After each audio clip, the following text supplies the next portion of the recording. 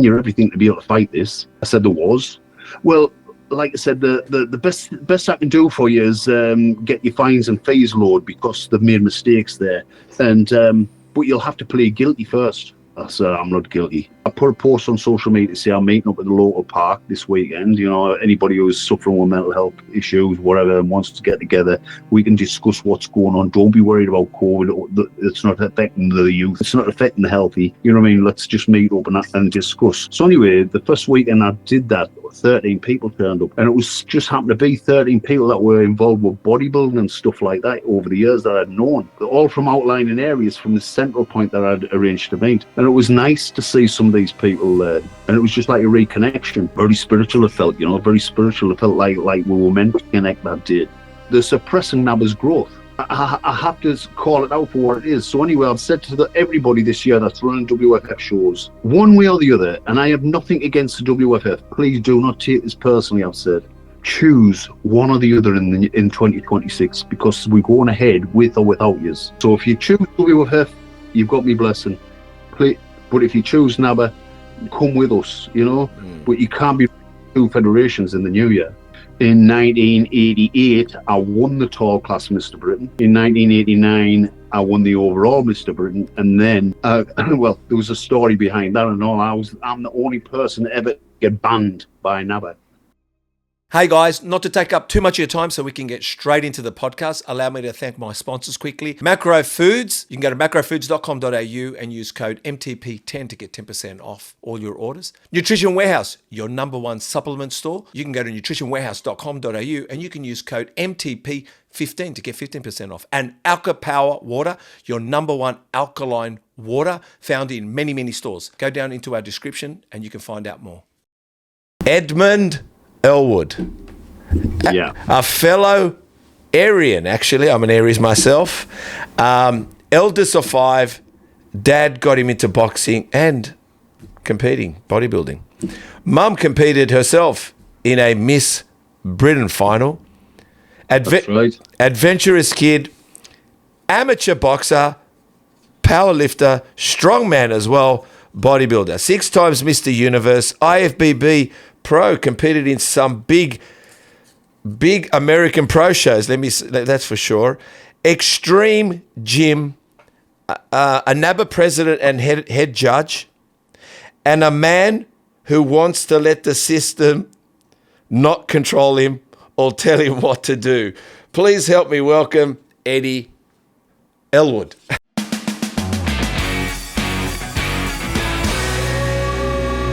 How are you, mate?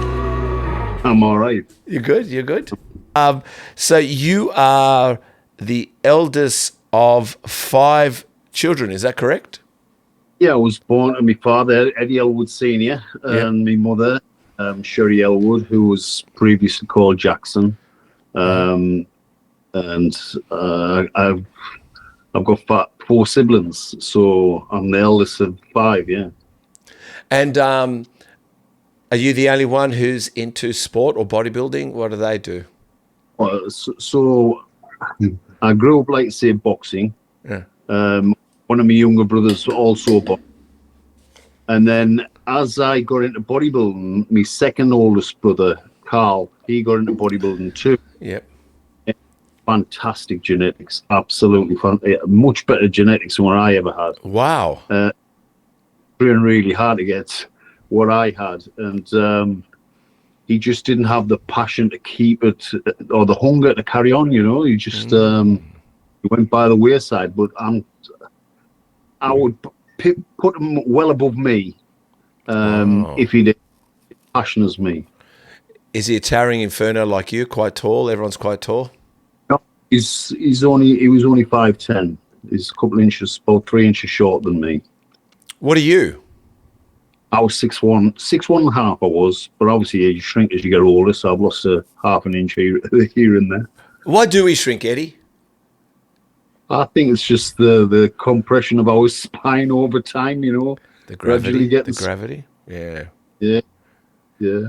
Well, I think I was speaking to, God, now I've gone blank. Chris, who owned the Gold's Gym. the Gold's Gyms again?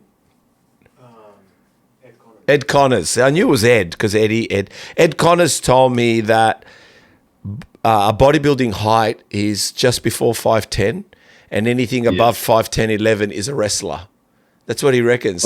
He reckons in America, if people came to him and they were really tall and they asked him, what should he do? Because obviously back then, wrestling and bodybuilding going through Gold's Gym in the 70s and 80s was a very big deal, and a lot of people that wanted to make it in bodybuilding would go to Gold's Gym purposely to be seen. And apparently Ed's staff, like when Lee Priest walked in, they'd go, hey, there's this Aussie out on the floor here.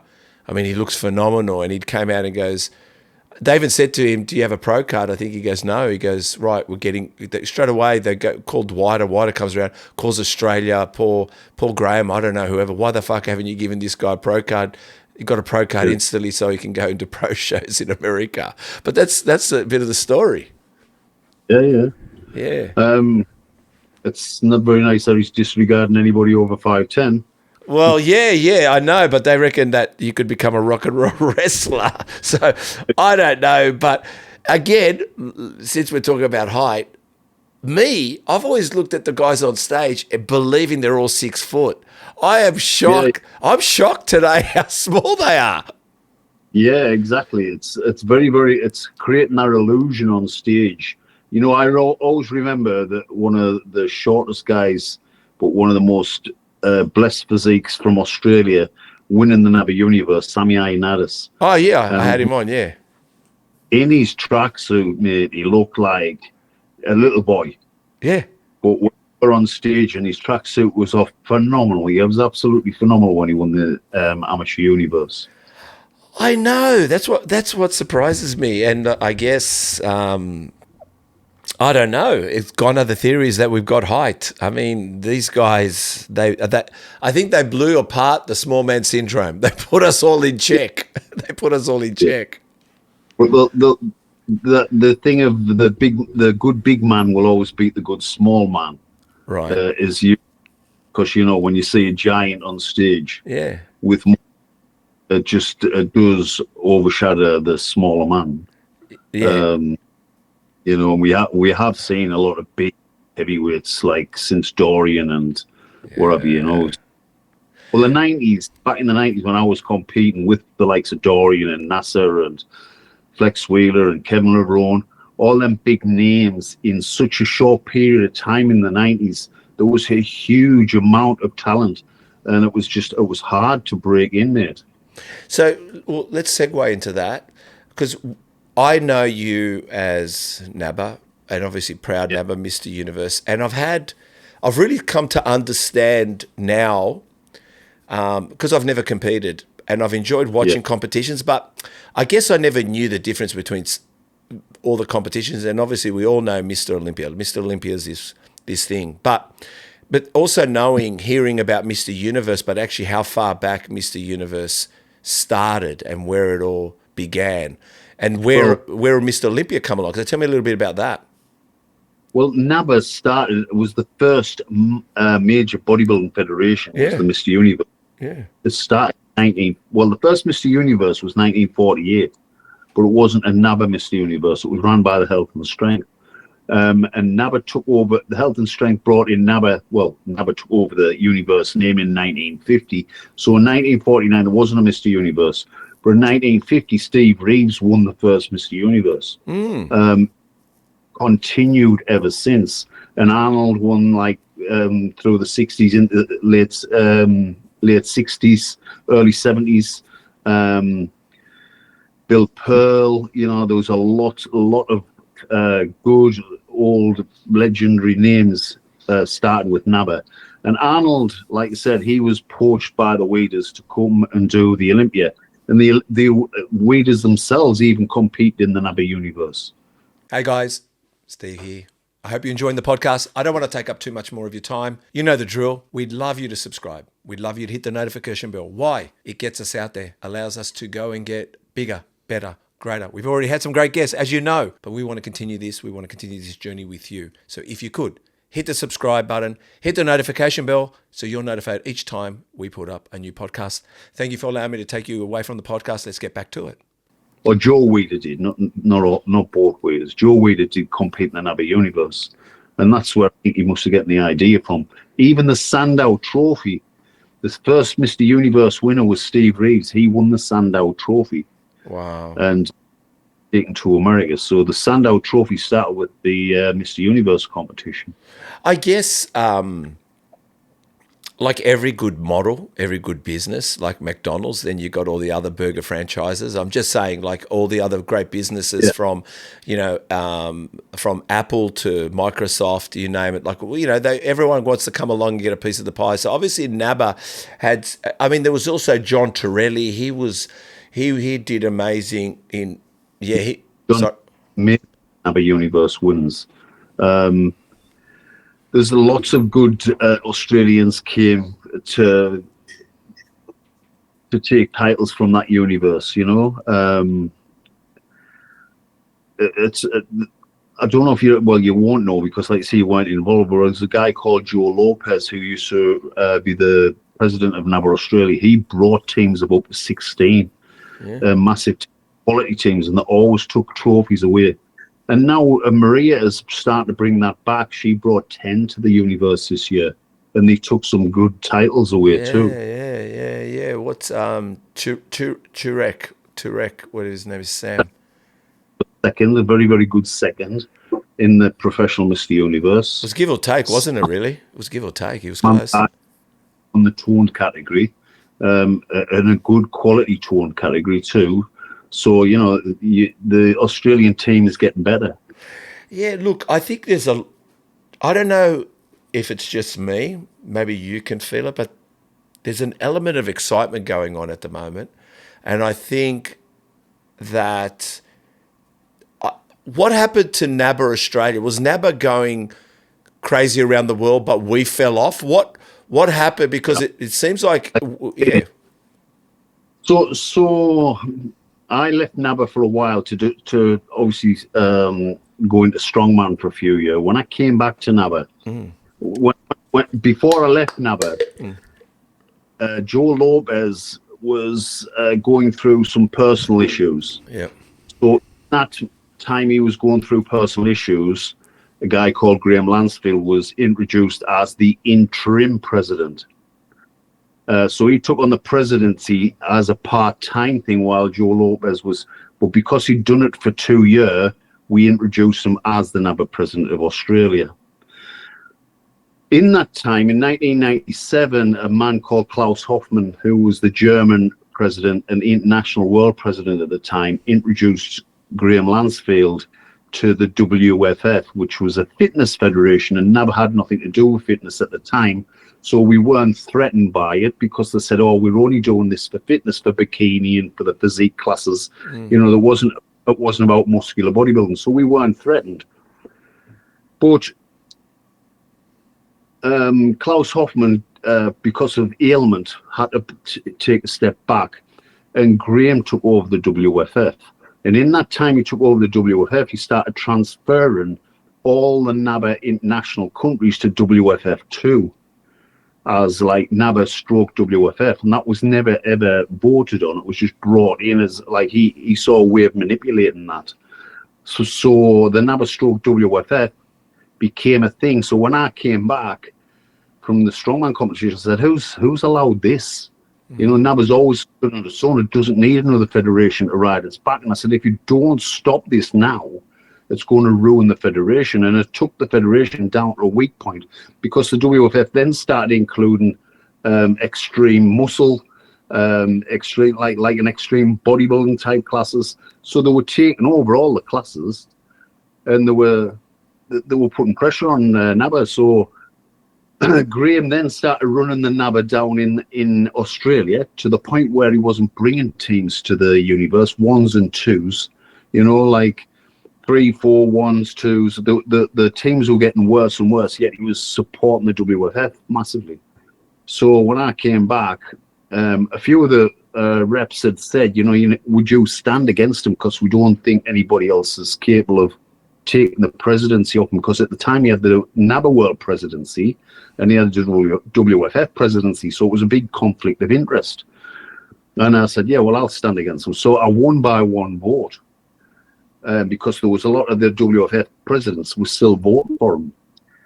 Anyway, the minute I got in, I said, right, now we have to part the WFF and NABBA. They have to go the separate ways. There's WFF and NABBA have to be two separate organizations. And it was hard to do at that time because, like I say, we were really at a weak point because he took us to a weak point. I removed him from Australia and then introduced, Lee Priest. I met in the UK, actually, and we did a little a meet-up. And Lee said he would take the presidency of Australia back as an interim president, just to try and get NABBA back on its feet in Australia. So he took it back, and a guy called Thomas Massey, he took over the roles from Lee to help Lee, and he became the president of NABBA Australia, but before the competitions really started. And he recently, a few years ago, passed the reins over to Maria Verginis. And in that time, she's grown phenomenally. Like, she's really, really, like you said, the energy there in Australia at the moment is phenomenal. And she's brought NABBA back like the phoenix from the ashes.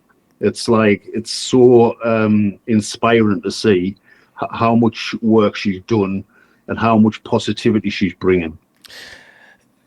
It just seems like it's like a story that if you go back in the ages, it's like a religious story that they're trying to take down some crown, some king, which is NABBA. Every single person has a taste of NABBA and says, we can do it as well. We can have a little taste of our own. And they go and try it. And NABBA gets kind of beaten up a little bit, but seems to come back again. Like, it just seems this story that NABBA has a true foundation, but at times it gets toppled by other armies. Other armies come in and they have to take, like... Yeah. I think it's because, everybody who's behind NABBA are doing it solely for the passion. We're a amateur organisation that is purely non-profit making, and we all do it for the love of the sport. And I think we are winning because none of us are doing it for financial gain. We're doing it to keep the federation alive, where other people, all they're doing it for is financial gain. And the disrespect athletes and the disrespect the competitions. And where we are now pushing, like, we had a similar situation in the UK where the hierarchy in the UK, we have a committee of 9 people in the UK, so not one man makes the decisions. I don't make the decisions. I'm world president of NABBA International as the figurehead, but in the UK, I'm only an area representative. So I don't get to make any changes here. I get to suggest and make big suggestions, but I have to have the backing of the committee. And up till most recently, I haven't had the backing of the committee. The committee have always voted against my ideas, which has been hard to get NABBA back on its feet. So in the past 5 years since COVID, NABBA's struggled. And I said to them, we need I give them ideas of what we need to do to get it back on its feet. And one of them was to move the universe to Newcastle, just to get us back on our feet. And I proved that this year by moving the university. They gave me the opportunity to move the university to Newcastle, and we had a phenomenal Mr. and Miss University in Newcastle this year. So we are now, it's basically give us a step up in 2026 because people are now talking about it. What we did in the UK last year, we grew numbers in the UK again last year. And we like to say, this is where it started. This is where it originally started, in the UK. So we are the model, really, what everybody looks up to, and we have to get back on our feet properly. But we are making big waves now. Why, Eddie, do you get resistance? Why, sorry? Why do you get resistance? Why? I think people don't realise that I don't do it for, like, it's not ego. It's not, if I see wrongdoing, I call it out, mate. I just call it out.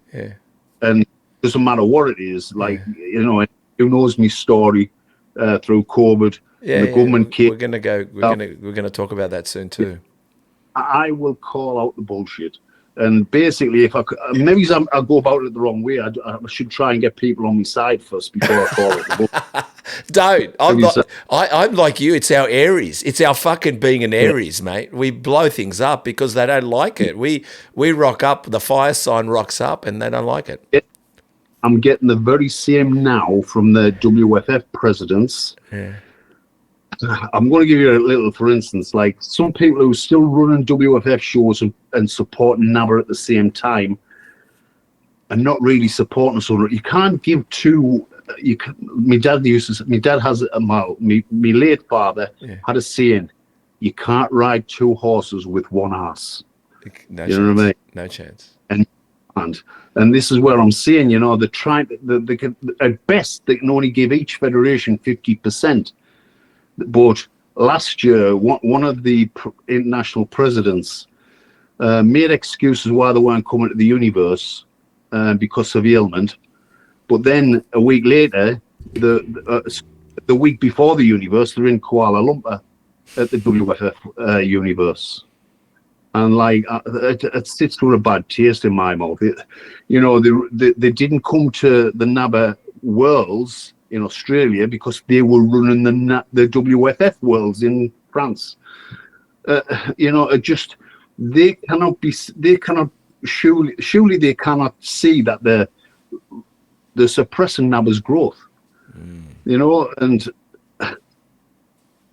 I have to call it out for what it is. So anyway, I've said to everybody this year that's running WFF shows, one way or the other, and I have nothing against the WFF. Please do not take this personally. I've said, choose one or the other in 2026 because we're going ahead with or without yous. So if you choose WFF, you've got me blessing. But if you choose NABBA, come with us. You know, but you can't be two federations in the new year. You know, we have to start making progress. We've got presidents coming to the universe, to the worlds that don't bring teams. They just turn up on their own with what, you know. So what's the point in having presidents that are not running competitions? Why? Like I've noticed as well. Well, I guess sometimes people are freeloaders, man. They just like to have it all themselves, and maybe they're using it as holiday destinations. Who knows what they're doing exactly by not bringing a team. But my thing is, like, let me just fix my glasses for a second. How come there's so many Mr. Universes? Like even IFBB, they've got a Mr. Universe. You got a Mr. Universe. Now I'm hearing WFF's got a Mr. Universe. I'm confused. Who's Mr. Yeah. We've got the Mr. Universe. You've got the Mr. Universe. So can we just make it clear here that NABBA has the original foundation going back in the ages where the Bible was written? NABBA has. We have the best universe. You know, it's historically our universe, and it's you know, everybody else has just copied that. Because it has become, I guess what's confusing is people's bios. Their bios tell us something they're not, or maybe they are. But when I see just crowd Mr. Universe, which I've heard, go on. The crown Mr. Universe is not the worst. The worst is IFBB Pro. Look how many IFBB Pros are not worthy of an IFBB Pro card now. Yes. Yeah. This is where, and we're having to follow giving pro cards out to the same sort of standard because, you know, people are chasing that pro card. That doesn't mean, that doesn't really mean that they're a top level pro. They've just got a card to have on the bio to say that I'm an IFBB pro. But in the day when I was competing, and I hate to say like back in the day, but back in the day, yeah, of course, they give one pro card out every year in the UK.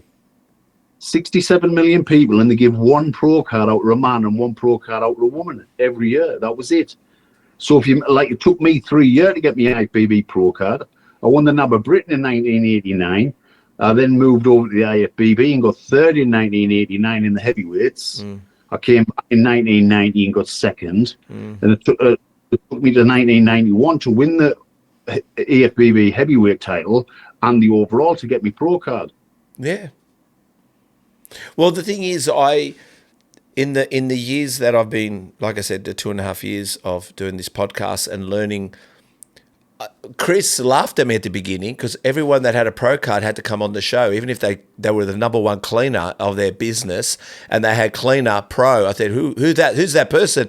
They might be vacuuming, but they're a pro. I need them on. I mean, whoever's got a pro has got to come on this show. And I didn't realize the saturation, and I guess I didn't understand. I thought, okay, but a few people, when we talk about the days where pro cards were hard to come by, but also some people, what I realized in the past, said no to pro cards, not because they wanted to disrespect the federation. They actually knew they hadn't done their work yet. They hadn't competed in enough competitions. They hadn't tried, say, NABBA. They hadn't tried an IFBB. They hadn't tried certain federations. And they also knew, forgive, I'm going a little bit long here, but they also knew they could be a high-end amateur than a low-grade pro. Basically, when I got my pro card, I knew that it was still going to be another ladder to climb. Yeah. And when I got my pro card in 1991, I bumped into a woman. It was at a UK versus USA competition in Ireland. Mm-hmm. And I bumped into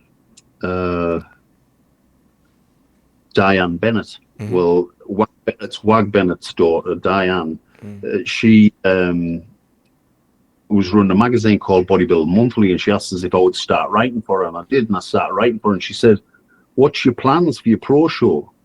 For your first pro show?" I said, "Oh, I don't know." She said, "What?" And this is in like late November in 1991. Yep. She says, "Why don't you do Arnold Classic in February?" Which was 1992, and I said, I'll not get an invite to the Arnold Classic. I've just get me pro card. And at the time, there was only 20 athletes got invitations to the Arnold Classic. There's, I'll get you an invite. I know Arnold. And I'm like, so I said, well, if you can get me an invite, I'll do one. I'll do it, you know. So anyway, she said, right, you've got to ring, I think it was Dave Mannion. Yeah. You've got to ring Dave Mannion up to give me your details, and it's all sorted. So anyway, I rang Dave, we got it all sorted. And I was ecstatic that my first pro show was going to be the Arnold Classic in Columbus, Ohio. Yeah, I'm seeing it, yeah. And that was just after I'd just won my pro card. So I was really, really excited to do it. Traveled over a big family entourage. We stayed in a nice hotel, nice rooms from Arnold, and nice big bag of goodies. And I shared a dressing room with Rick Gaspari and Bertel Fox. How was that?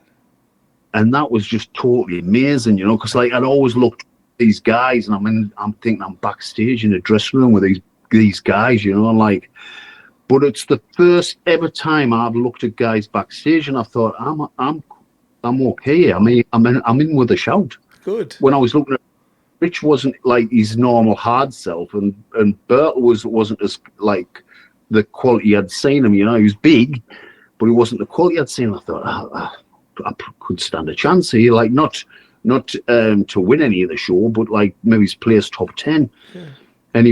And I didn't get top 15, and I was a bit disappointed. Anyway, I came back home from the Arnold Classic, and I thought, well, what I'll do is I'll book in to do as many pro shows as I can to show I'm keen. And I got home, and I'm in the gym, training in my dad's gym, and my dad shouted at us. He said, Eddie, he says, Wayne DeMillia on the phone. I think Wayne DeMillia's like ringing to talk to me. So anyway, I answered the phone, and Wayne basically said on the phone that I was never ever going to do anything with the IFBB.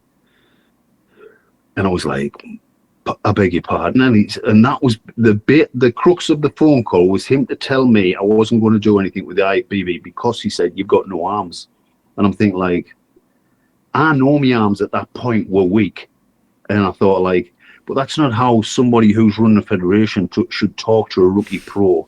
Should say to it, like, get yourself a pair of arms, kid, and, like, you well, not like totally chop my legs off from beneath us. And I got off the phone and I said to my parents, that man doesn't like me. And they said, and that's what had gone on. I told them. Anyway, I thought, I'll just prove myself. I'm a good guy. I'll just prove myself. I'll do the Niagara show do the Niagara show. I did the Chicago Pro Invitational, paid out my own expenses. I did Wayne's show, which was the New York Night of the Champions. Hey guys, Nutrition Warehouse, your #1 store for all your supplement needs. Visit in-store here in Australia or New Zealand, or go to nutritionwarehouse.com.au, or for our New Zealanders, go to nutritionwarehouse.co.nz, shop away, and at checkout, why not use discount code MTP15 to get 15% off all your orders. Hey guys, just want to thank one of our major sponsors, Alka-Power Water, as I cradle their 10-litre box here. alkapower.com.au, go check them out. They're in your major retail stores, supermarkets, and please get yourself alkalined with Australia's #1 alkaline water, Alka-Power. alkapower.com.au, go check them out now. Hey guys, Steve here. Muscle Talks podcast. Just a quick shout out to one of our amazing sponsors, Macro Foods. You know how I feel about food. Food is very important to me. Macrofoods.com.au. Go check them out. And to get that little bit more off the price, use code MTP10 to get 10% off all your orders. Well, let me announce them for you. In 1992, you did the Arnold Classic, Colombo, Ohio. 1992, you did Niagara Falls Pro. 1992, you did the Chicago Pro. 1992, you did New York Knights of Champions. 1992, you did the English Grand Prix. Yep. You did the Dutch Grand Prix, you did the French Grand Prix, and then, in 1993, you decided to do the English Grand Prix. But what a 1992 that was. And that was just to show keen, because people was, and maybe you're going to have to move to California to get your face in. I'm thinking, I shouldn't have to do that. You should get it on merit. It should be earned on merit. Anyway, I remember being backstage at the Night of the Champions. There was 36 competitors on stage. I think it was 36 or 35. There's 35 competitors on stage because I was number 35. And there was 2 rows of 12 and a row of 11. And I was in the 3rd row of 11, number 35, right in the back corner, near a curtain. And I'm thinking, like, well, surely they've got to move the back row, move the rows in order, bring the middle row to the front and then the back row to the middle and bring the back row to the front. I never ever did that. I stood at that back curtain all the way through the show. All he did was call out names that they knew were in the line out. Wow. So I never looked in, and I was like, and I wasn't very happy about that either. So like I said, I just kept on going. And I never, like I said, I wasn't saying I was good enough to win any IFBB shows, but I was definitely deserving of top 15 in some shows, like say they weren't giving me top 20. And I carried on, and then the energy just started draining from me. And the only reason I did the English Grand Prix every year was to let the English crowd see, because I wasn't getting any publicity here, I was to let the English crowd see that I was in there with a shout, And my last competition, the last English Grand Prix was 1996, and I was in good shape. And I thought, and I said to my parents, I says, they could. If I win this show, I'm still going to go back to NABBA. They've drained me energy. I said I would still go back to NABBA. And anyway, I wasn't deserving of winning. I knew I wasn't deserving of winning. But that was just the analogy of the show. I just said.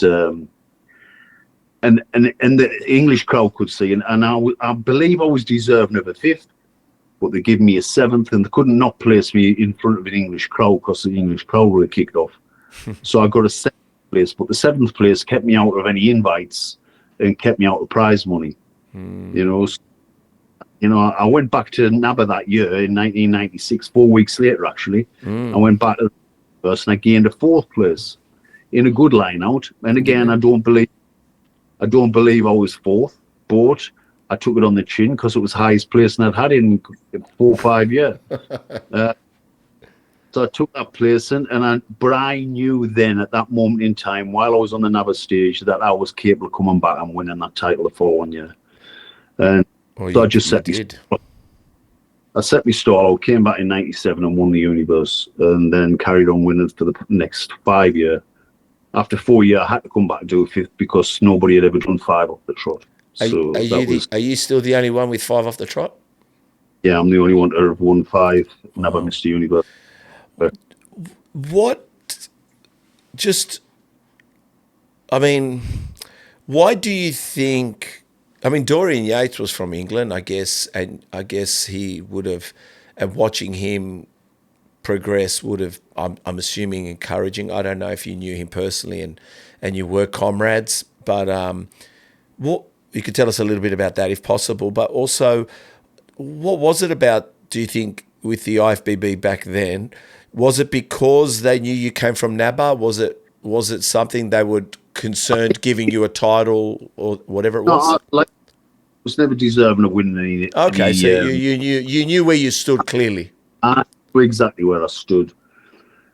If you know football over here, we have the Premiership and we have the Championship. Yes. So the Premiership, top of the football, the Championship's just below the football, just below the Premiership. I will use our analogy that I was the bottom end of the Premiership, but the top end of the Championship. Right. So that's the analogy I would use. I was top end of the Championship, but bottom end of the Premiership. Okay. That's where my quality physique stood. I'm not, I could stand with the best on stage, and I could look phenomenal, and I could look as good as some of the best on stage. But there was, say, certain things that I was weak on. My arms were weak, but I was stronger in other body parts. So I wasn't blessed with, all my body parts were not blessed to proportion. And I don't blame the boxing, but that comes from the boxing. So for the first 7 years of my sporting career was boxing. Yeah. And if you think how you train a muscle fiber, then muscle fibers were trained for speed. Not for sprinting, you know what I mean? They weren't. Yeah. So the muscle fibers had been trained the opposite way to what a bodybuilder would train. So to get my arms stimulated for growth after doing that much boxing was the problem, Yes. That was the only problem, because everything else, my chest, my back, my legs, everything else came on like house on fire. So it was only the arms I had a problem with. So you did, you boxed, you actually, you started quite young, actually. Your dad got you into boxing. So your dad had a gym, did he? He had a gym? My dad didn't. My dad was part of the local weight training gym. Okay. My dad learned actually at Bob Woolger's gym in Portsmouth. He learned all about weight training and bodybuilding. My dad would go to the NABBA Universe every year from being early 20s. They had a local physical culture club in the village, which my dad and a few friends had started, and that's where the physical culture started locally. And every year I remember my father going to the Mr. and Miss Universe competition in London, and he would always bring us a present back. I was never interested in bodybuilding. He taught me to box from a young age because he wanted me to be able to protect myself. Yeah, that's right. So and the most important lesson my father ever taught me was to never be bullied, but never become a bully. Yeah, yeah. This has been a lesson that followed me through life. Yeah. So yeah, my father didn't have a gym, but he taught me from a young age. One of my first Christmas presents was a pair of boxing gloves.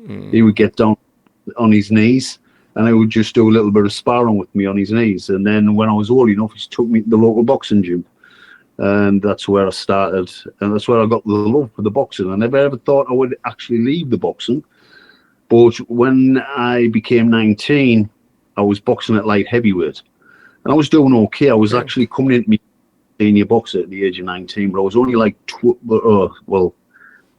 I was only light heavyweight. So when I went to the area ABAs to qualify for the ABA finals, I weighed in 10 minutes before weigh-in finished, and I was £2 over the light heavyweight limit.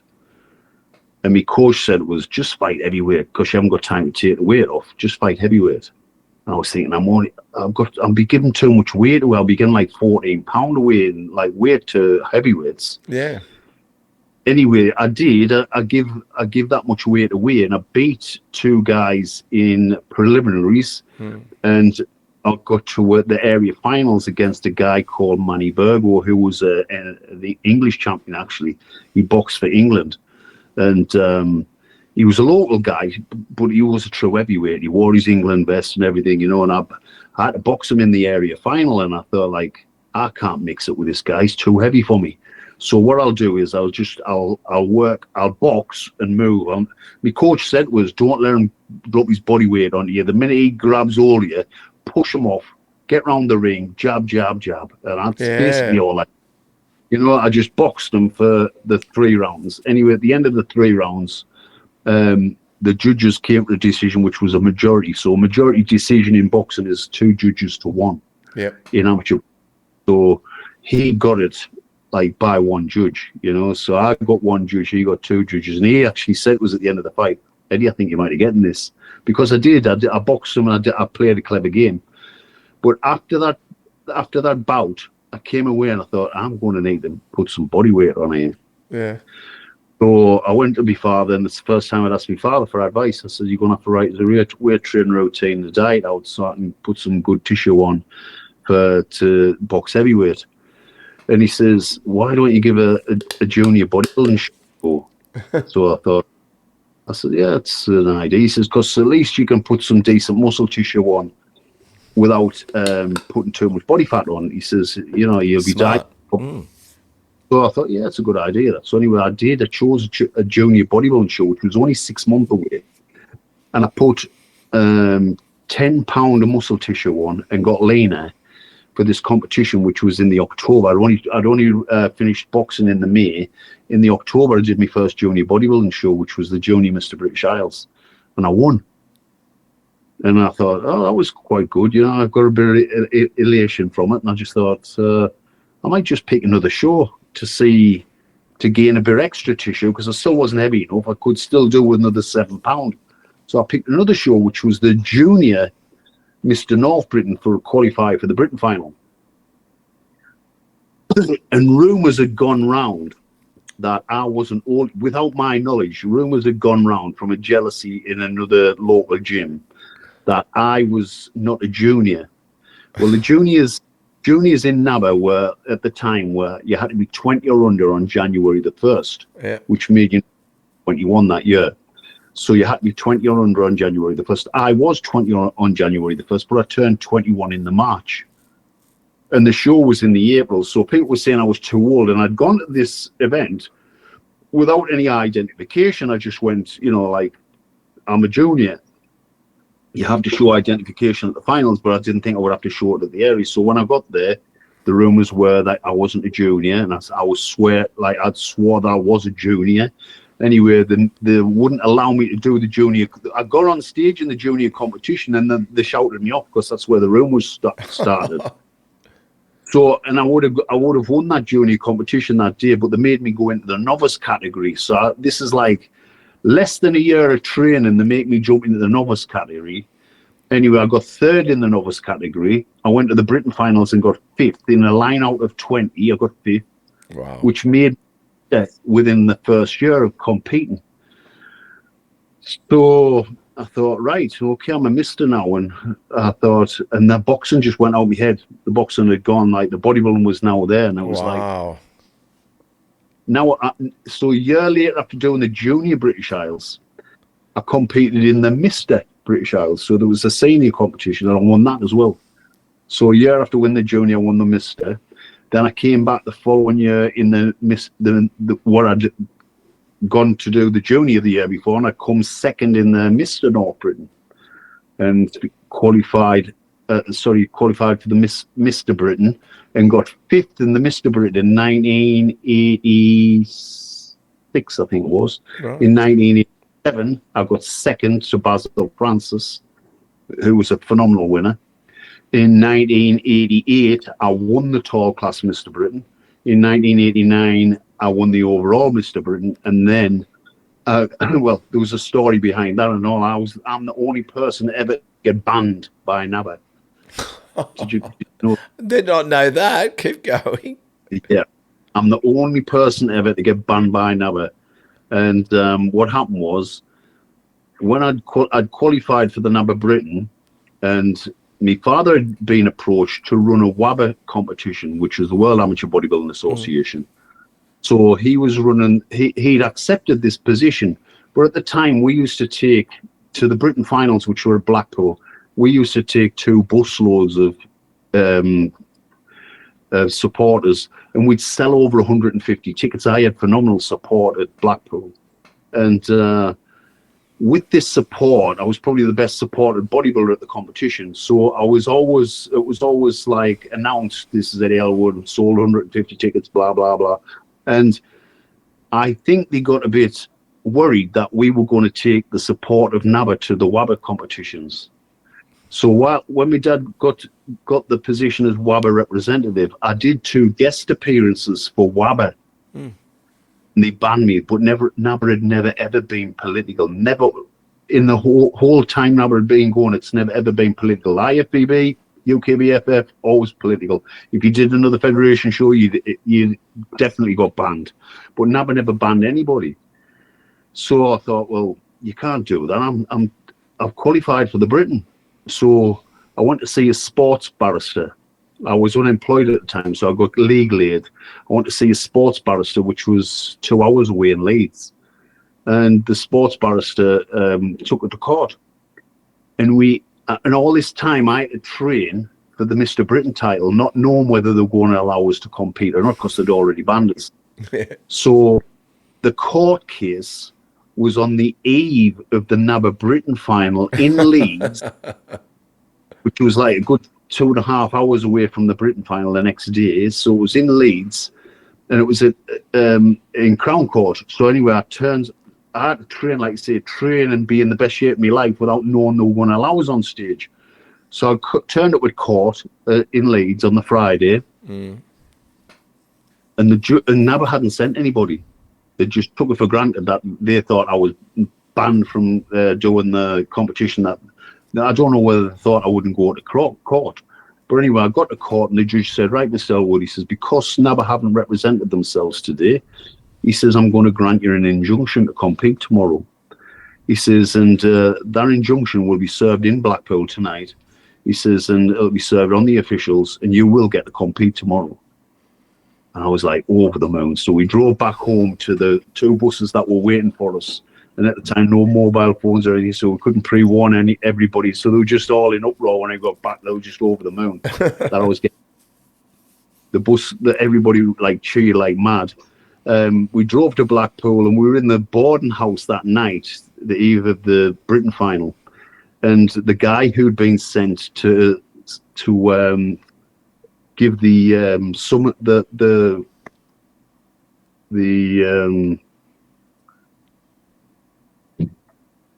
to present the legal thing, said he couldn't get anybody that would take them.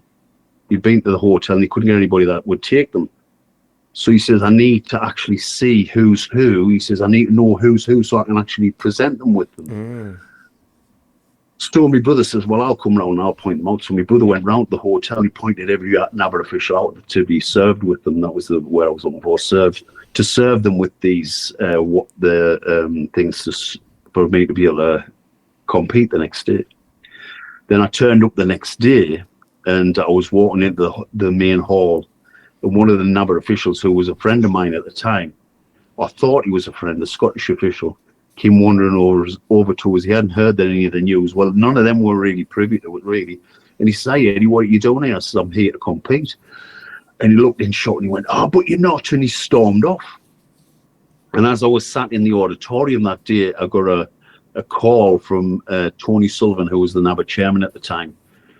God rest his soul. You know, I mean, we became friends after that. But like at the time, he'd shouted us off backstage. He said, Mr. Eddy Ellwood, please come backstage. Anyway, I went backstage and he said, right, He says, it's like this. He says, we've just had a judge from the High Court London, and he says, we have a thing to serve you today. No, sorry, he says, we have I forget what the name is, whatever the legal term was. He says, we have just been awarded a legal term to stop you competing today. And I said, well, serve it then.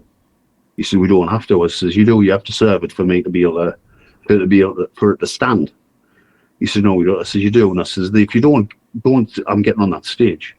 So I came back and I said to my parents, I said, they've just told me that I can't, and that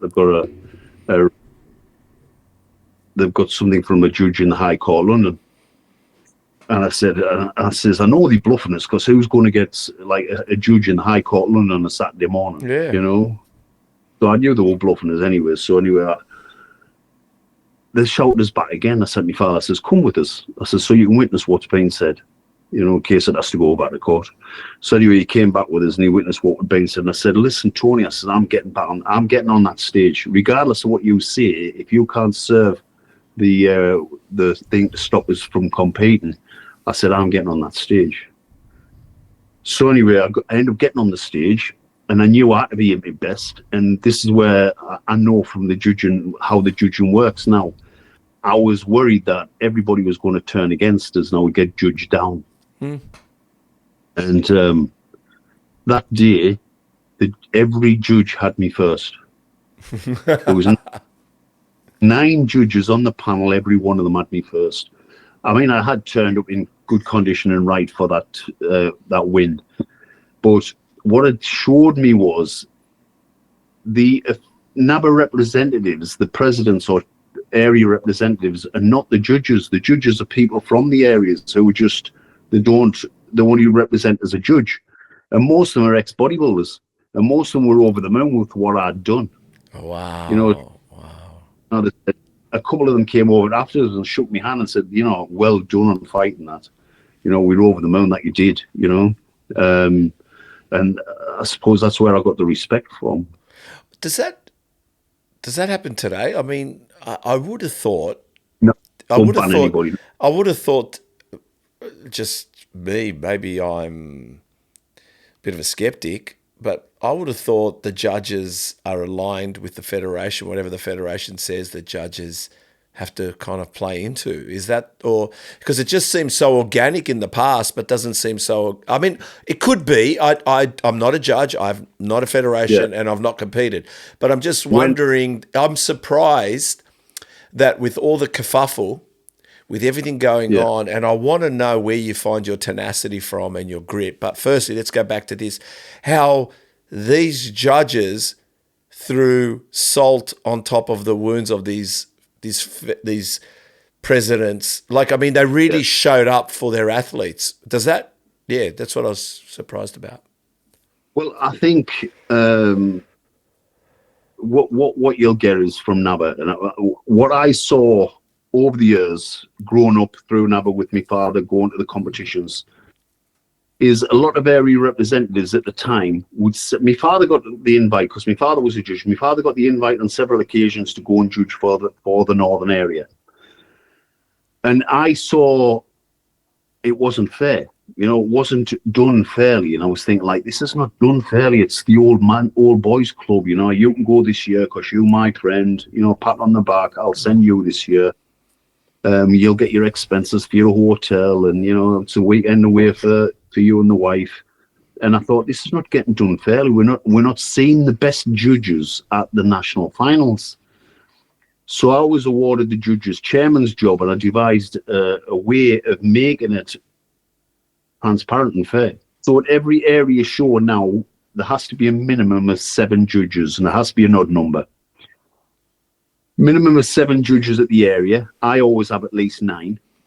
And there has to be 9 at the Britain finals. So like a national competition has to have 9 judges. And an international competition like the Universe or the Worlds, I like to have 11 judges.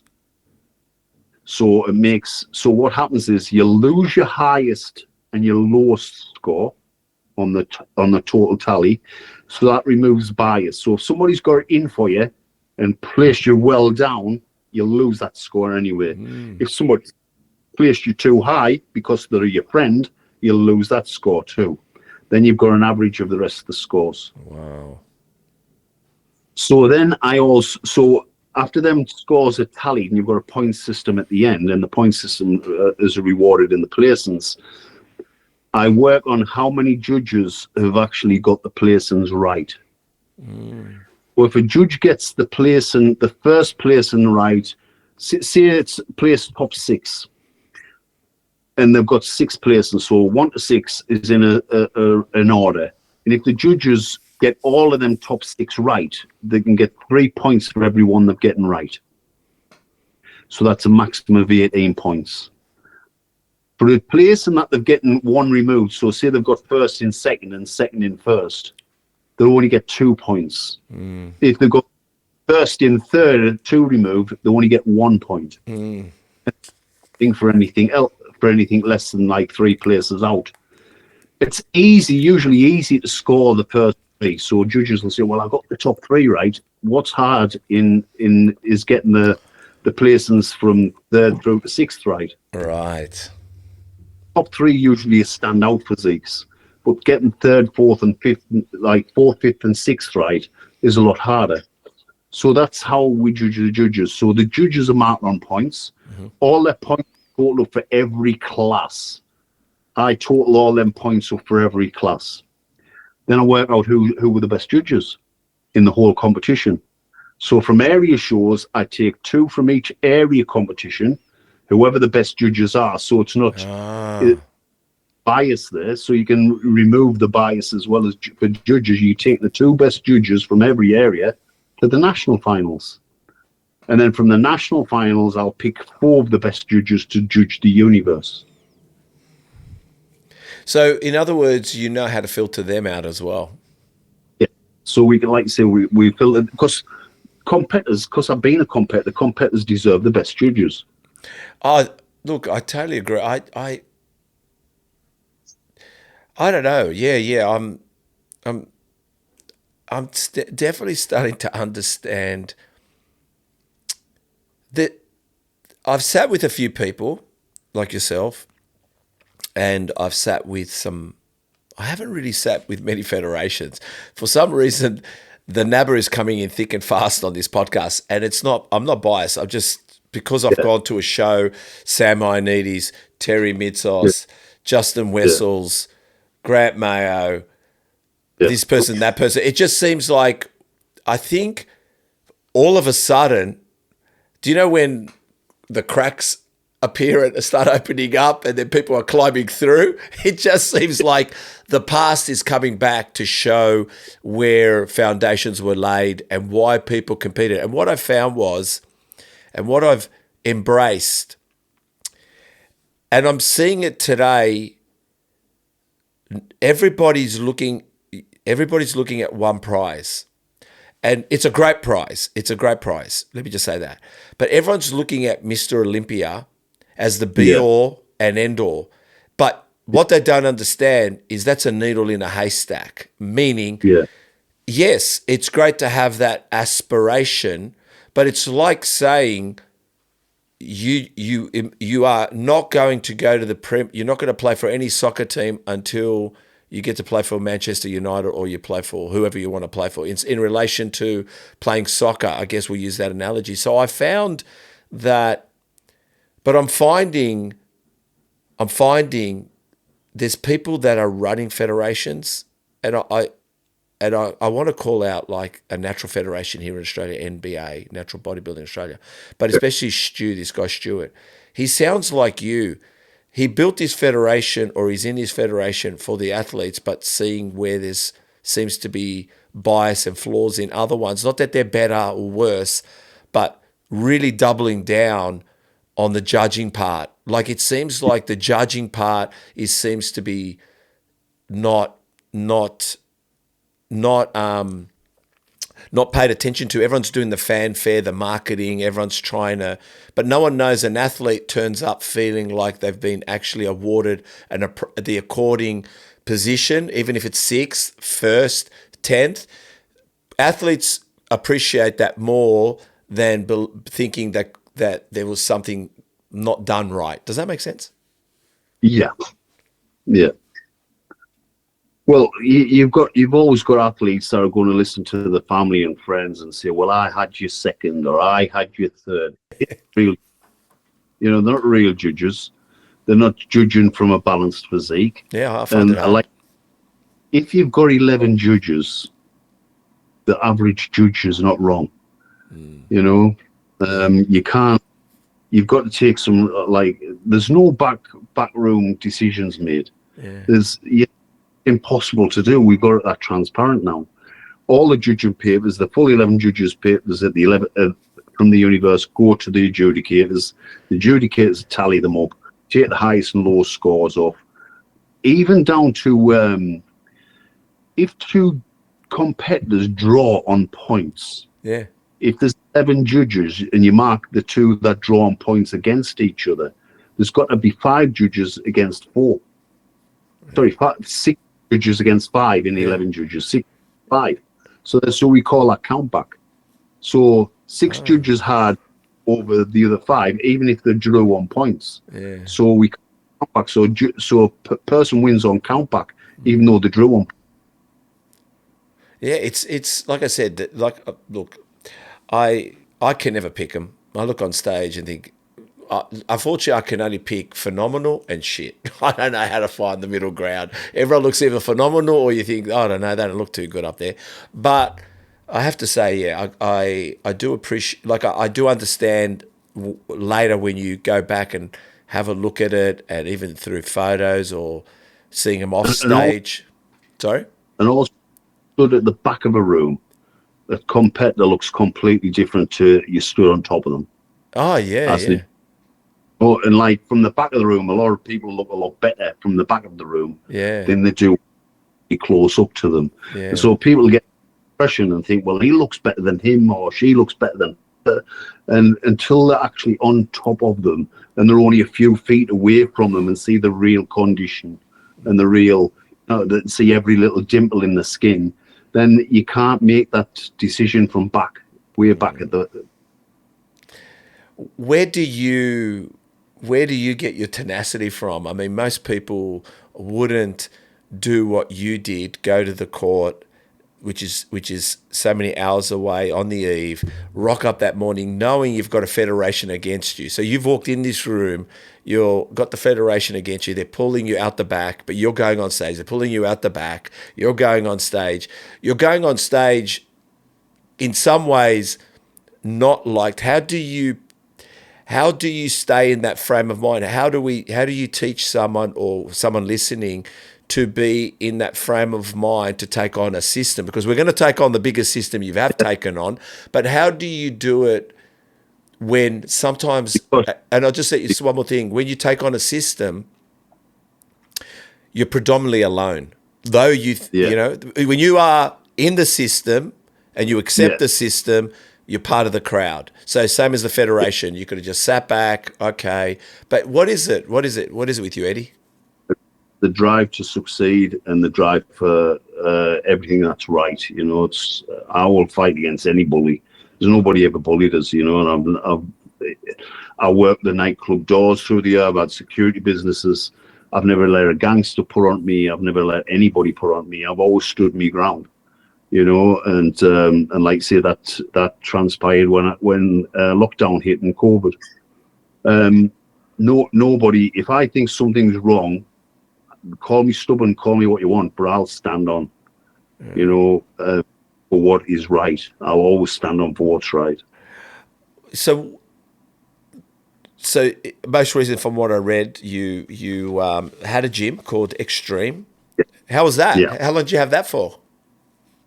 Well, I've had a gym for 28 years now. Yep. 26 or 27 years. And I moved my gym. It's still in Hartlepool, but I built a purpose-built gym called Extreme Fitness. And that's been going, the present gym has been going over about 13 years now. Yeah. When lockdown came, I stood on.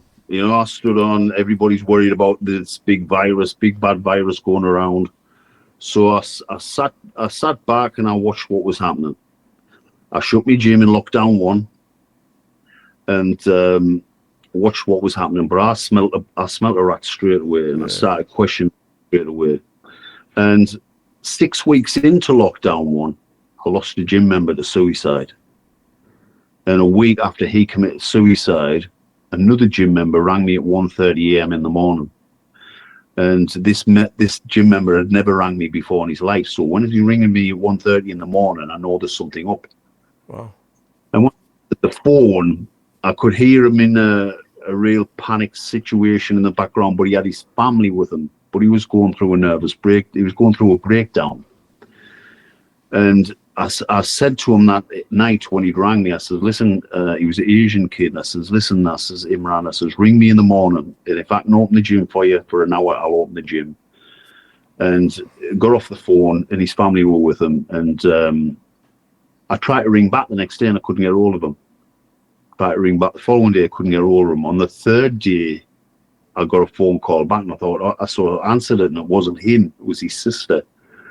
And I said, hi. She says, hi, Eddie. She says, it's Imran's sister. She says, he got sectioned. And I'm like, oh, no. I was thinking, like, how is this a thing where I've lost a gym member to suicide? I've got another gym member on the edge of committing suicide. And I don't know anybody that's died of COVID. And I'm not disrespecting the people that died of COVID. I had to look into the statistics of it all. So anyway, I looked at the Office of National Statistics, which is a government website. And in that website, it clearly said that the majority of people that died of COVID were over 80 with one or more other health condition. So I thought, well, that's how many people are. So I looked at the NHS statistics on youth dying of COVID under the age of 40. Under the age of 40, there was 52 people in the whole of the UK died of COVID in 2020. So in 10 months of COVID, only 52 people under the age of 40 died of COVID. I'm like, how many people have died of suicide? So I look at the suicide statistics.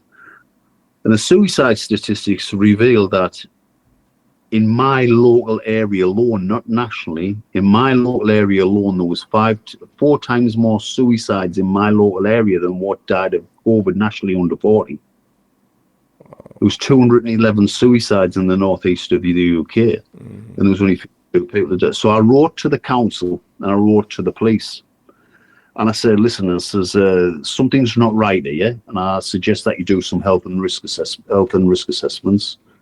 I says, because if this happens again, I will open my gym to protest the wrongs of lockdown, mainly it being the mental health side of things. So anyway, you know, the urge is not to. So anyway, I started protesting outdoors at first, and I started like meeting up at a local park.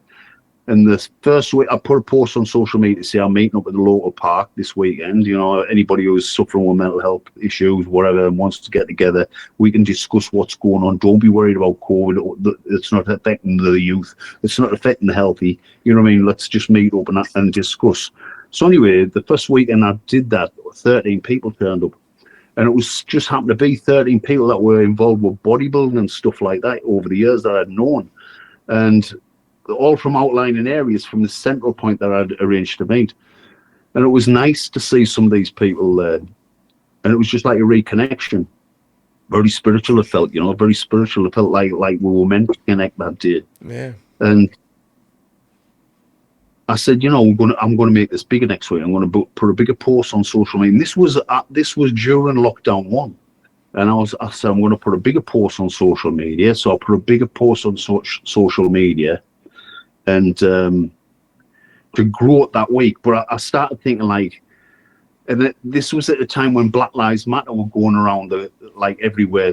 In the UK, they were smashing police cars up, they were smashing premises up, like shops, facilities. They were setting fire to shop facilities, to police cars, they were tearing monuments down. The police were kneeling for these and calling them peaceful protesters. Yet anybody walking around with a placard singing Kumbaya, shouting for, they were getting beat upon with police buttons. And I thought, this is wrong. So how is Black Lives Matter getting away with this? And again, I looked up on how they were getting away with it, and I found a United Nations article. And I know that the United Nations are not they are the enemy. But in this United Nations article, it did say that, and it was there to protect Black Lives Matter. 100% was there to protect Black Lives Matter, because one of the opening statements was everybody had the right to protest, be it whatever creed, whatever sex, whatever disability, whatever, everybody had the right to protest. And it went on to say people could wear masks or hoods or cover their faces, and the police couldn't collect information from them. And I thought, that's been set up for Black Lives Matter. And I thought, because like a lot of them came in like balaclavaed up and covered faces. But I thought, and nobody should have to wear a mask or a hood or cover their faces at a peaceful protest. But that's not what I'm bothered about.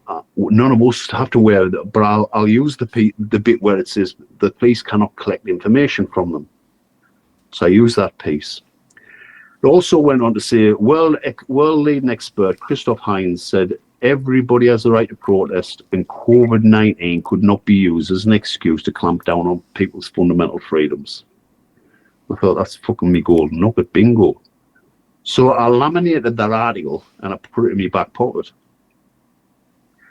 The following weekend, just before we were due to protest, on the Saturday evening, I got a phone call off a girl from Northumberland who'd been to me gathering the week before. And she said, "Hi Eddie, I've got the police here."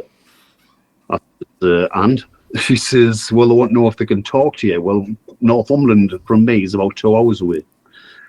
She says, "Will you talk to them?" I said, "No."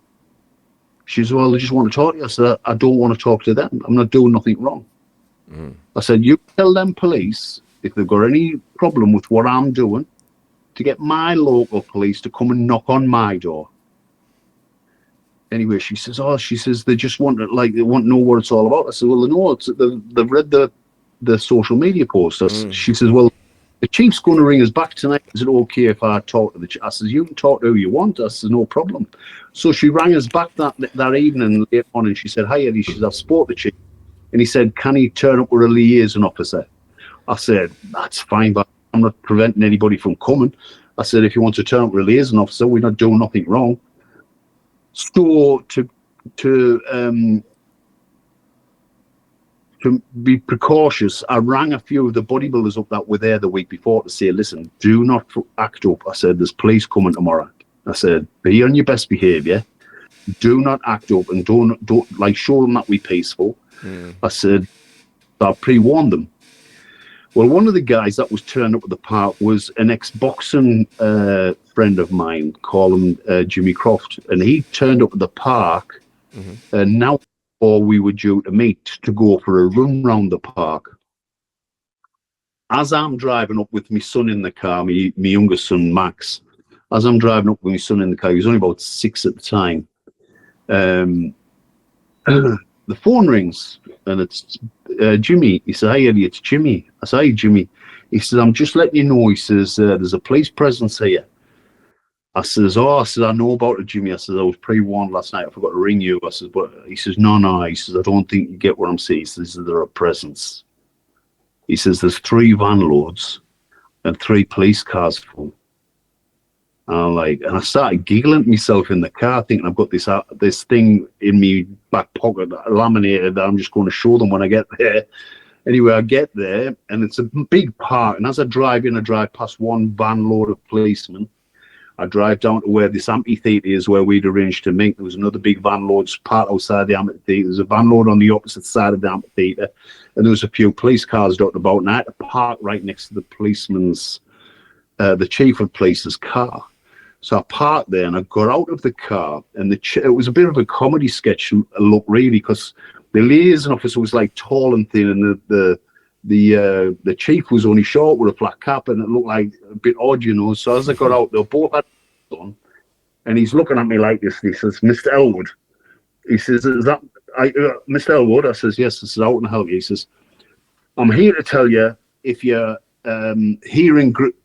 if you gather in groups of 6, more than 6 today, I'm going to arrest you."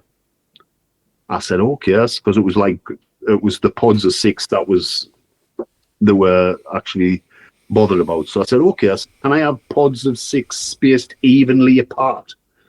He says, no. He says, that'll be classed as a gathering and I'll arrest you. I said, actually, and I pulls this thing out my back pocket, I've got this thing from the United Nations, which the UK are one of the 173 countries that have ratified to the covenant. I said, so it stands above in law. It's international. I says, and Christoph Heinz says everybody has the right to protest. Doesn't matter who you are, and COVID-19 can't be used as an excuse to clamp down on your fundamental freedoms. He says, I don't give a fuck what you've got. I said, well, that's ignorant. And anyway, I could see he wasn't giving us any grace. So I says, I've got a megaphone in the back of my car. I says, can I use it? And I hadn't used a megaphone before, and I went and got it out the back of my car. I'd only just bought it the day before. I went and got this megaphone out the back of my car, and I started marching around where everybody was, and I started shouting, these police here have just told me that if our gathering groups of more than 6, they're going to arrest us. I said, the same policeman went down on one day that kneeled for Black Lives Matter. They're telling me that they're going to arrest us. Anyway, I could see this chief seething over the top of his mask at the end of the fence. And I came to my senses and I thought, Eddie, man, this is not you. Stop it. You know what I mean? So I stopped and I walked over to the chief and I said, listen, I said, this isn't me. I said, you've riled us with your attitude. I said, he says, well, I'll give you some advice. He says, you need to be a political party to be able to protest. And I was green as grass. I know you don't have to be now, but at the time I just took his advice. I says, and I walked away.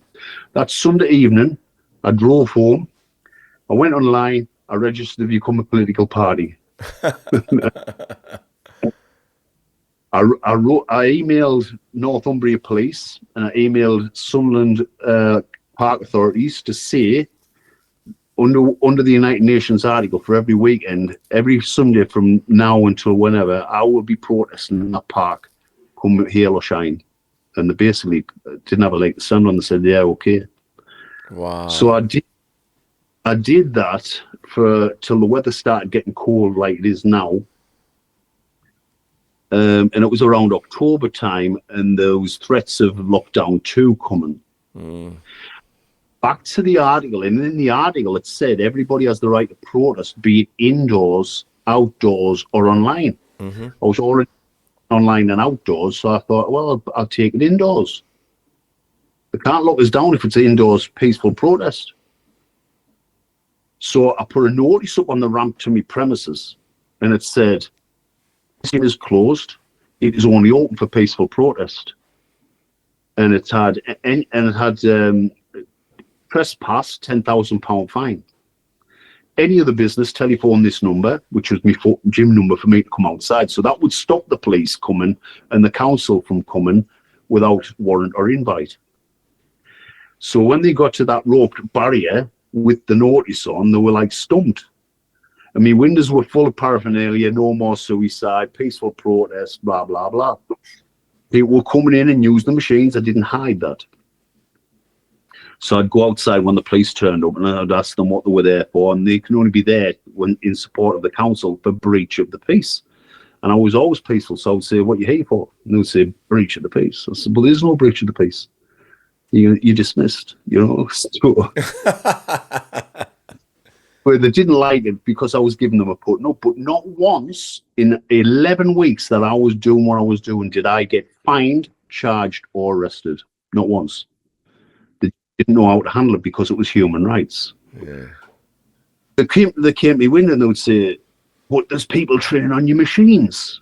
I said, well, you define protest, because I'll tell you something. The protest in the dictionary says an action or statement in objection of. That says the action and statements using the machines objecting about gyms being closed because they're essential. Had them fucked over. The council, I wrote them, telling them exactly the same. And they eventually couldn't get anything on us, and they taped an antisocial behaviour order notice to me doors when I got down this day. I thought, this is not antisocial, but this antisocial behaviour order has to be attended in court within 48 hours. It's like an order. So I rang a solicitor up and I said, listen, I says, I'm getting an antisocial. He said, well, that's not antisocial. I said, no, it's not antisocial.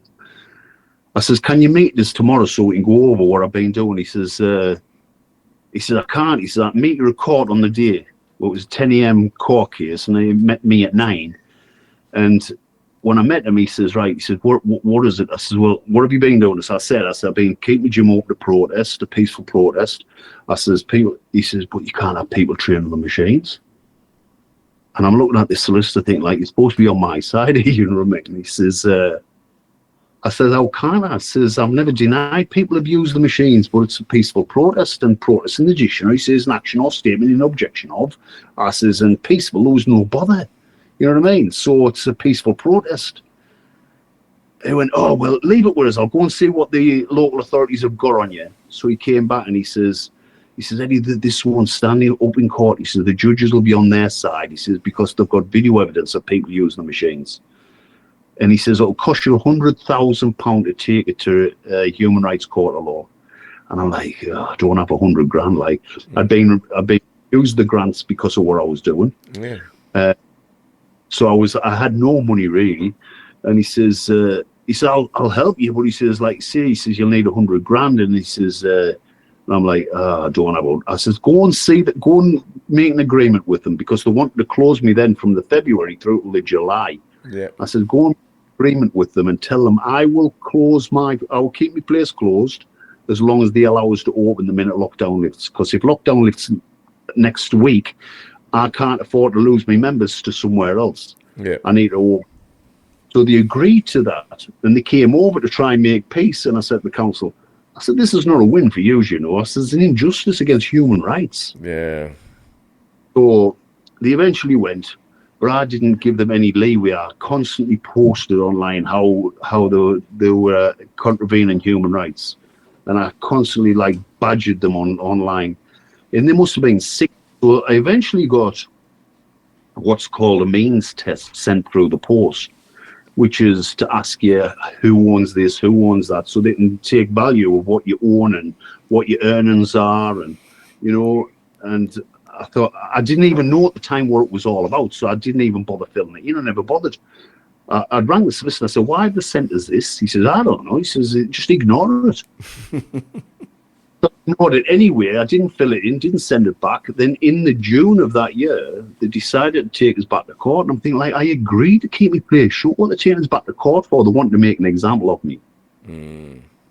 So I thought, they think I'm just going to go back to court. They're going to smack me ass. I'm going to roll over. They're going to be able to tickle me belly and make an ass of me. And I thought, this is not happening. So I paid, I think, 11 grand over time for a solicitor to help me in court, and he basically handed us over in court. It was like he was working for them. He was absolutely hopeless. When I did what I did, I had the notices across the ramps. I made people read a notice on the windows to say that they were there to peacefully protest. Then I made them sign a slip when they came in to say that they were there to peacefully protest. I made them sign a register for track and trace, even though it wasn't, it was just for the illusion that we were keeping that up. We had sanitizers, we had a one-way system, we were doing everything by the book, but we were doing it as a peaceful protest. So I give them 65 slips, this solicitor, to say that of people's names and phone numbers to say that they were there to peacefully protest. They'd all signed them personally. Halfway through the solicitor, I remember the magistrates court judge, called her Marie Mallon. She looked at me with disdain, with a frown, and she turned and smiled at the prosecution, and then she come back to me with a frown, and I'm like, am I paranoid because I'm the one getting prosecuted here? Anyway, at the break time, one of the press said to me, she's got an interview her. And I thought, I'm glad you said that, because I thought I was getting paranoid because I'm the one getting prosecuted. He says, nah, she's got an interview. So anyway, halfway through the trial, this solicitor's absolutely making a balls of it. So I stood up in court and I said, can I speak, ma'am? And she didn't even look at me. She looked at my solicitor and said, you need to speak to your defendant. And I'm thinking, But if you employ somebody to speak for you in court, you're a non-entity. Right. They're there. Boy, that's the way it is. So he then took me out to court and he said, "What's the matter? What's the matter?" I said, "John, you're fucking the job up." It's all right, swear on you. No, yeah, you can swear as much as you like. Yeah, go for it. Fuck, go for it. Yeah. I said, "You're fucking the job up." He says, "Well, maybe we should have had a petition." I says, "Do not take the fucking piss out of me." I says, "You've got 65 fucking pieces of paper in your fucking briefcase that says people are there to peacefully protest. Don't take the fucking piss out of me." Anyway, at the end of the trial, the judge said, "What was Mr. Ellwood fined?" Well, I was never fined, so I hadn't gone through the protocol of being fined from the smallest fine to the largest fine. Yeah. So I was thinking, the best they can do is give me the smallest fine, because I haven't received the protocol from the £200 fine to be able to refuse the next one. Yeah. You know, I haven't been given the equal rights to refuse the protocol of the fines. Surely they've got to start back at the original fines. So I was thinking the worst I can get is a £200 fine. Anyway, she says, "What, he wasn't fined?" They went, "No, Your Honour, well, I'm going to need a week off to decide what I'm going to do with this." So she took a week off. We came back after a week. She stood up in court and she says, "Right, Mr. Ellwood," she says, "because you weren't fined, I'm going to fine you under the health and safety executive, which can be anywhere from £30,000 to £150,000. She says, "I'm going to fine you £30,000 and £26,000 of that is court costs."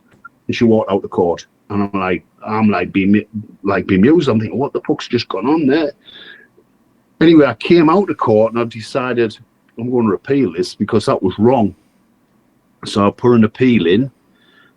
People pointed me in the direction of a solicitor in London called Nichols and Nichols, and she'd getting a lot of gyms off through doing similar things in lockdown. So I thought I'll go with.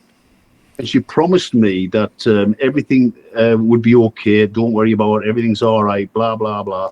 I said, "When? What are you going to look?" She said, "Have you got your appeal?" And I said, "No." She sent me £300 down. I'll put your appeal in.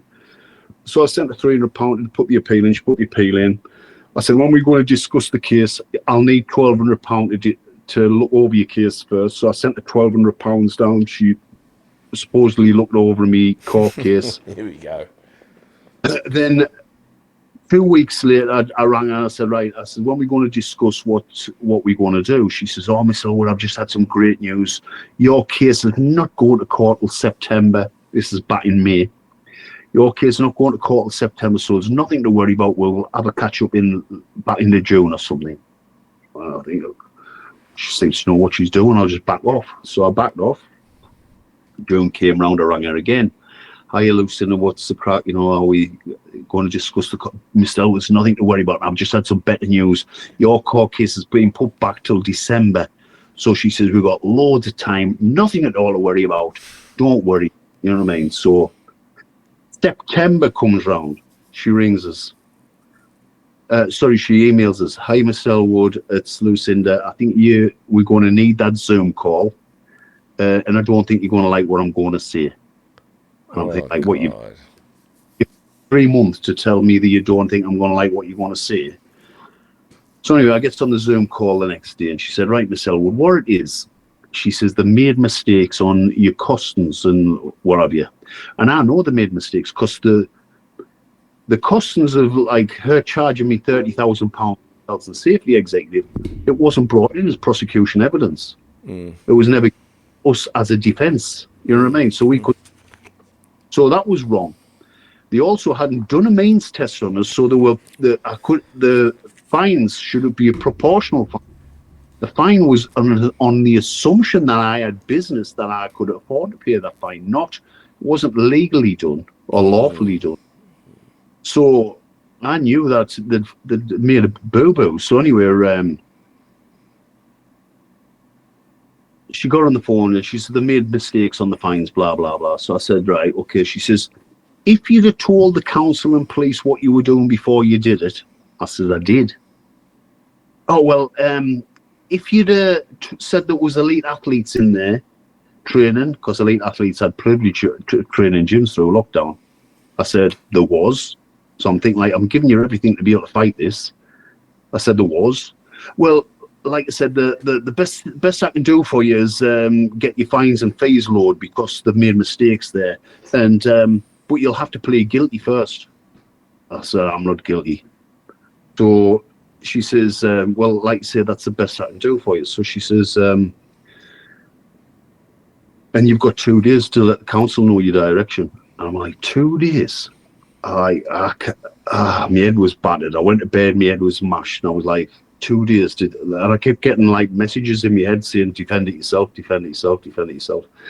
Anyway, I messaged the council the next day and told them I was defending this myself. I wanted all emails between myself and the council. Some of them emails were supportive of me, where I'd wrote to the council and they wrote back me in certain ways. So I wanted all the emails put in as evidence. Mm-hmm. Anyway, I had to go for the appeal court date, and I went for the appeal court date, and their barrister was the council's barrister was a £5,000 a day barrister. This is where all the money rocked up. Mm. So the barrister in court was like there for the prosecution, and the Crown Court judge said to me, right, Mr. Ellwood, have you got any new evidence? This was just to get the appeal to go ahead. I said, new evidence? I thought I just had a new court date. I thought you were just giving us a new court date. He said, no, Mr. Ellwood, I can only give you this appeal on new evidence. Well, I thought quick on my feet. I remember us saying about the elite athletes training gyms had a privilege. So I said, yes, I've got new evidence, Your Honour. He says, what is it? I said, well, all the time the council and police came to the facility, I says, not once did they ask who was in the gym and why, and they've got no evidence of who was in the gym and why. You know, it was elite athletes, Your Honour. Can you get evidence to that effect? I says, I can get any amounts of evidence. He said, shall we say a month? I says, I can do that in a month, no problem. Their barrister turned around to me and he looked at us. He looked up at us. He was only a little short ass, little ginger short ass, if he's listening. He looked up at us and he said, but Mr. Ellwood, he says, they have to be elite athletes, not just people who train in gyms. I've never used it before my life. I hate people using, do you know who I am? Right. But I thought you both barrels of you, mate. I said, Mr. Holland, I said, there's nobody more elite than myself. I said, I've won 5 Mr. Universe titles consecutive. I've won 3 England's Strongest Man titles consecutive. I've been the world's strongest man, numerous international strongman competitions. I'm the vice chairman of NABBA UK. I'm the world president. And his face just changed. And I knew from that point that I had hit a nerve. Anyway, they started then putting bundles in for the court date. I started then like doing all my evidence packs, and I studied and put everything together over. I did freedom of information requests of the council and police incidents.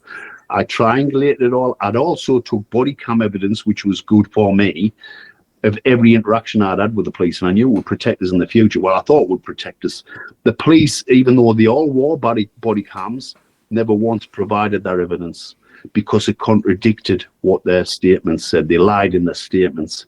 So I triangulated it all. And when I was in court, I defended it myself. I didn't have a barrister, didn't have anybody to help us. And I questioned every single one of them and made lies out of all of them. Wow. I'll give you one of them, PC Thorpe. He was one of the chiefs, actually. He came on a certain date, and he's the one who I questioned about breach of the peace. And in his statement, his opening line in his statement was, I met Mr. Ellwood to the steps of his premises. So when I'm questioning him, I said, Mr. Thorpe, I said, you said you met me to the steps of my premises. He says, yes, I did. I said, there are no steps to my premises. I said, it is a ramp. You know what I mean? I always think like all these little things, if I just open his open sentence up, if he didn't have that right, then what is the rest of his statement going to look like? And I made his statement out to show that he was lying. Another one of them was PC Swift, which was a female officer. She said in her statement, I told Mr. Ellwood to close his business and tell everybody to leave. And the final paragraph of her statement was, once again, I told Mr. Ellwood to close his business and tell everybody to leave. Because he didn't do so, he's got a complete disregard for COVID and a complete disrespect for the police. And I've got to understand. I said, she says, yes, that's right. I says, can I turn you to page 585 in my book? Because I had 600 pages of evidence, 585 in the bundle. So she opens a bundle up to page 585. I said, that's a transcript from the video evidence that I provided the court that was agreed by the prosecution. I said, please read through that transcript and tell me where you told me to close my business and tell everybody to leave. I knew it wasn't there. She says, I did. I said, read the transcript. And I sat back, folded my arms, and I looked at her and the judge, waited for them both to finish reading, knowing that there wasn't in there. And I could feel that uncomfortableness at the end of it. I could see she didn't know what to say. So I just said, well, and she says, well, I thought I did. I showed, and then, like I say, I finished all the questioning on all of them with, did you collect any information on anybody who was in the gym and why? Of anybody? And they said no. So they all had no evidence of who was in the gym. I'd provided 11 statements of elite athletes that were in the gym. And I'd finished with the council official, Ian Harrison. I said, did you collect any information of who was in the gym and why? He says, no. I said, actually, Ian, you did. I says, in your statement, I says, we'll take you back your statement. I says, you say you presented the closure notice to a man who identified himself as Mr. Ellwood's son. And he looked and I said, that Mr. Ellwood's son is a professional rugby player, plays for London Scottish. So you have evidence of entering elite athlete. I thought I'd smashed that case, right? Yeah, it sounds it. Even when the barrister cross-examined us, because I was telling the truth, there was no way he was going to trip us up. And I knew everything he was going to ask us. I knew every way he was going to try and get us. And he says, he said, well, Mr. Ellwood, he says, first of all, he says, you did it under peaceful protest. Then it was about mental health. Now it's about elite athletes. Which one is it, Mr. Ellwood? I said, Mr. Holland, surely you're not going to discriminate against an elite athlete suffering with his mental health and wanting to protest. It's all three. You know what I mean? Yeah, of course. But anyway, after a month, that judge didn't know what to do with what he was going to do with us. So he had to take a month off. We came back after a month. He sided with the authority that had told the lies and added another £31,000 to the £56,000 that I was given the previous year. So 2023, the judge awarded, which I'll call now the corporate fiction, which is Edmund Ellwood in all caps, £87,000 penalties to be paid in June 2023. I started fighting that with common law, and basically that's where I'm at the moment. I've never paid a dime.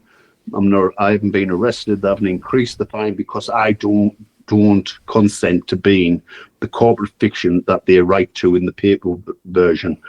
I write my name as I was taught at school with a capital letter and small case, a capital letter and small case. And in postal mechanics, they're two different identities. Wow. So you found that under common law. Has it ever made you want to become a lawyer now, mate?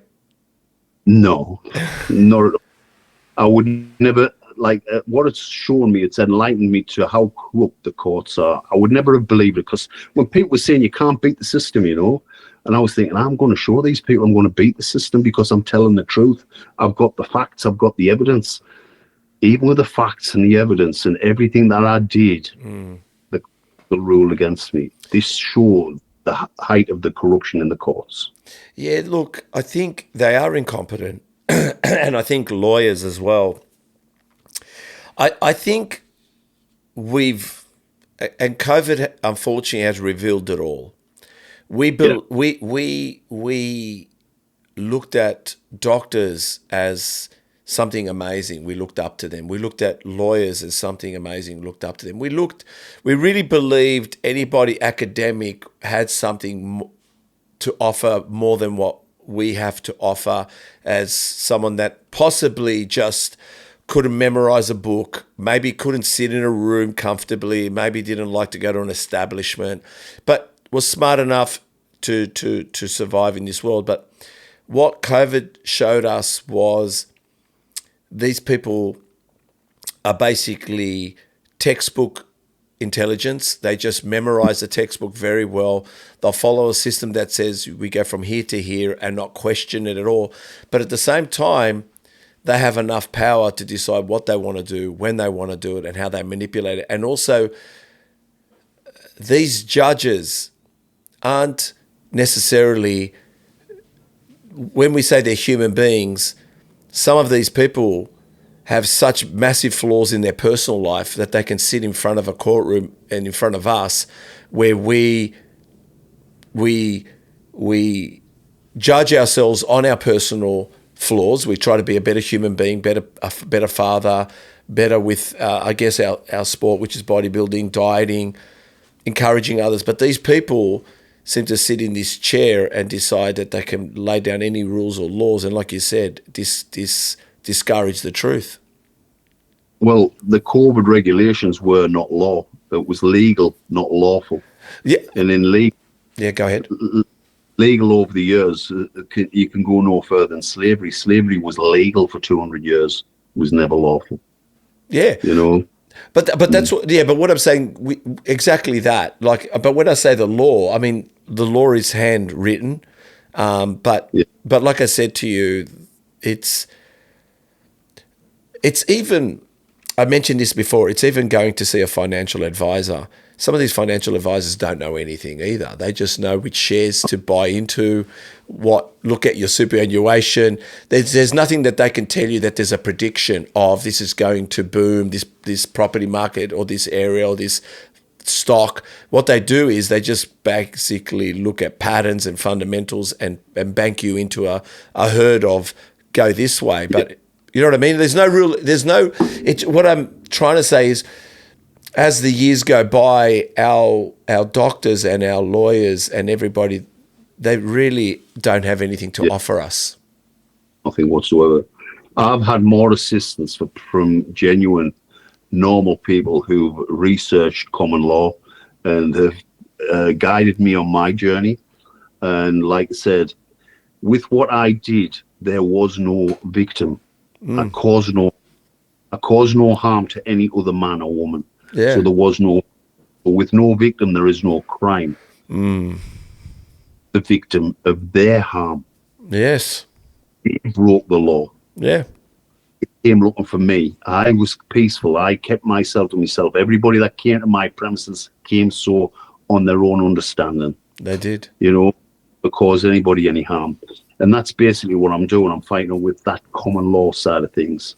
I cause no man or woman any harm. And if no man or woman has jurisdiction over a man that doesn't cause harm to another man. But unless you go to court and you offer that jurisdiction over, they have no jurisdiction over you. No court, no judge, no prelate, no policeman, nobody has the jurisdiction over another man or woman that hasn't broke law. And that's common law. That's common law. So I had, not me, the corporate fiction Eddy Ellwood had a letter to go to court on the 9th of September. Otherwise, they were going to send an arrest warrant out for me. So that's 9 weeks ago now, or around 8 or 9 weeks ago. I wrote to the court and told them I, Eddy Ellwood, the living man, was not turning up to court. And I wasn't offering them my jurisdiction because I don't consent to being the corporate fiction. I am the living man, which is complicated for a lot of people, but that is the basics of it. And I give them 7 days to rebut everything I was doing. It was a big, long letter about legal and lawful and how I was standing under me truth.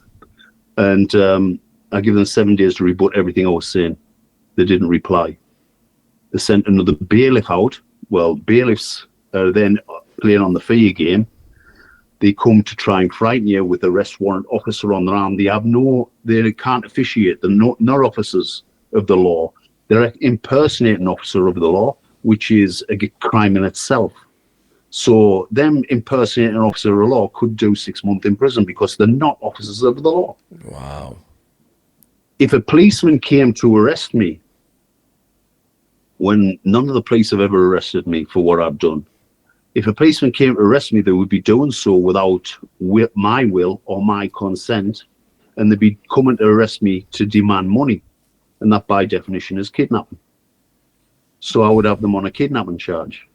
Wow. I would not consent or comply to anything that they were doing. I would not give them my jurisdiction. I haven't caused anybody any harm unless they can provide a victim, which they can't. Incredible. So in a nutshell, if you can do it in What's common law? Tell me about it quickly. Why? How does that stand over? Common law is more of the law of the land, to not cause any man, woman, or child any harm, suffering, or loss. So to break law, you've got to cause somebody harm, suffering, or loss. And if you haven't, there's no crime, there's no victim, there's no crime. Well, you could look at that at everything. You could really... Well, that's what I'm saying. Everything, what they get you under is legalities, not lawful. Wow. So the man-made legalities to actually be able to cost you by fining you something. You haven't actually caused anybody any problem, but they can fine you because you've accepted being the corporate fiction, which they write your name under. Like in England, in the UK, when you become 16, you get your national insurance card, and that's where you're into a corporate fiction because your name's wrote in all capital letters. But that's not how you write your name through life, and they'll give you a title of Mr. You don't have a title through life, so your Mr. Edmund Ellwood, all caps, is not you. It is the corporate fiction, and that's what they try to get you to admit to being to be able to fine you. Wow. Is there a movement happening with this? I think there's a massive movement. Movement with this, yeah. There's a lot of people standing up for it now. Yeah, because the system's fucking and needs fixing. Well, COVID showed its ugly head. COVID showed its cracks. I mean, myself, even Chris, we're not vaccinated. I didn't want to get vaccinated. At the end of the day, I just knew. I also knew what they were doing, and also I knew the numbers too, the statistics, and actually, you know, it's been the biggest scam the world has ever seen. It is going to be spoken about in when they look back at this era, at this 2022, 2000. It's going to be a massive laughing and also a shock to people believing that people back then had complied to something of such nature. So I'm glad in the history books I'll never be mentioned as part of this herd that they put in and people falling trapped to. It was shocking. Yeah, shocking. Shocking. To change it a little bit, because you mentioned something about elite athlete. You also were a strongman. Yeah, I competed in Britain's Strongest Man. Yes. Strongest Man. I went to World's Strongest Man. It was at the end of my bodybuilding career. I wasn't ready to retire. I was always strong in me training as a bodybuilder. Yep. And I thought, let's try the strongman. It was more so just to retire with. I wasn't expecting to do anything straight away, and I actually hit the scene running and did very well at it straight away. But because of my bodybuilding background, the way I did use weights, I had to warm up with everything, and my form was always correct. But in strongman, you do everything cold, and everything's jerked and chucked and. All right. Yep. Where you get your injuries from, and I got 2 torn biceps straight away. Got a slight tears in the calf. I got a slight tear in the lat. No. I did it in the right order. I did it in the order where I got my bodybuilding done first, and then did my strongman and tore myself to pieces. But I have no regrets.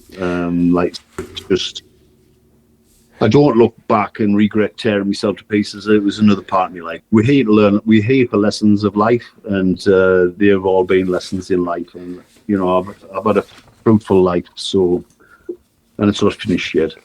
Well, unfortunately, you got away with it with bodybuilding, because a lot of bodybuilders have suffered a lot. Some have lifted too heavy. I think some have pushed too far, and I do see some of the aging bodybuilders, unfortunately, aging not so gracefully at the end of the day. But I guess, like you said, you decided that, to take on the strongman, to push through. Did you find it required the same mentality, or was it a different scene yourself? Much more relaxed. Much more relaxed? Yeah, much more relaxed. I could eat anything. I wasn't like... It was a lot. There was a lot more camaraderie there amongst the strongmen. Yeah. I enjoyed the strongman part of my life, but like I say, the injuries that came were life injuries. Cosmetic and life injuries. Yeah. I don't regret any of it. And what are you up to now? Obviously, what's your focus now personally, and also with business with NABBA? I want to get NABBA back on track before I retire as world president. I have no aims to do that at present because we've still got a long way to go. But in the next 3 to 5 years, I hope to have NABBA back up there with a lot of other good presidents. I want to bring NABBA back to the forefront of UK bodybuilding, the European bodybuilding, and world bodybuilding. And I think we've got a good team of good, passionate presidents at the minute. Mexico brought a team of 20 to the universe. I see Maria, she brought a team of 10.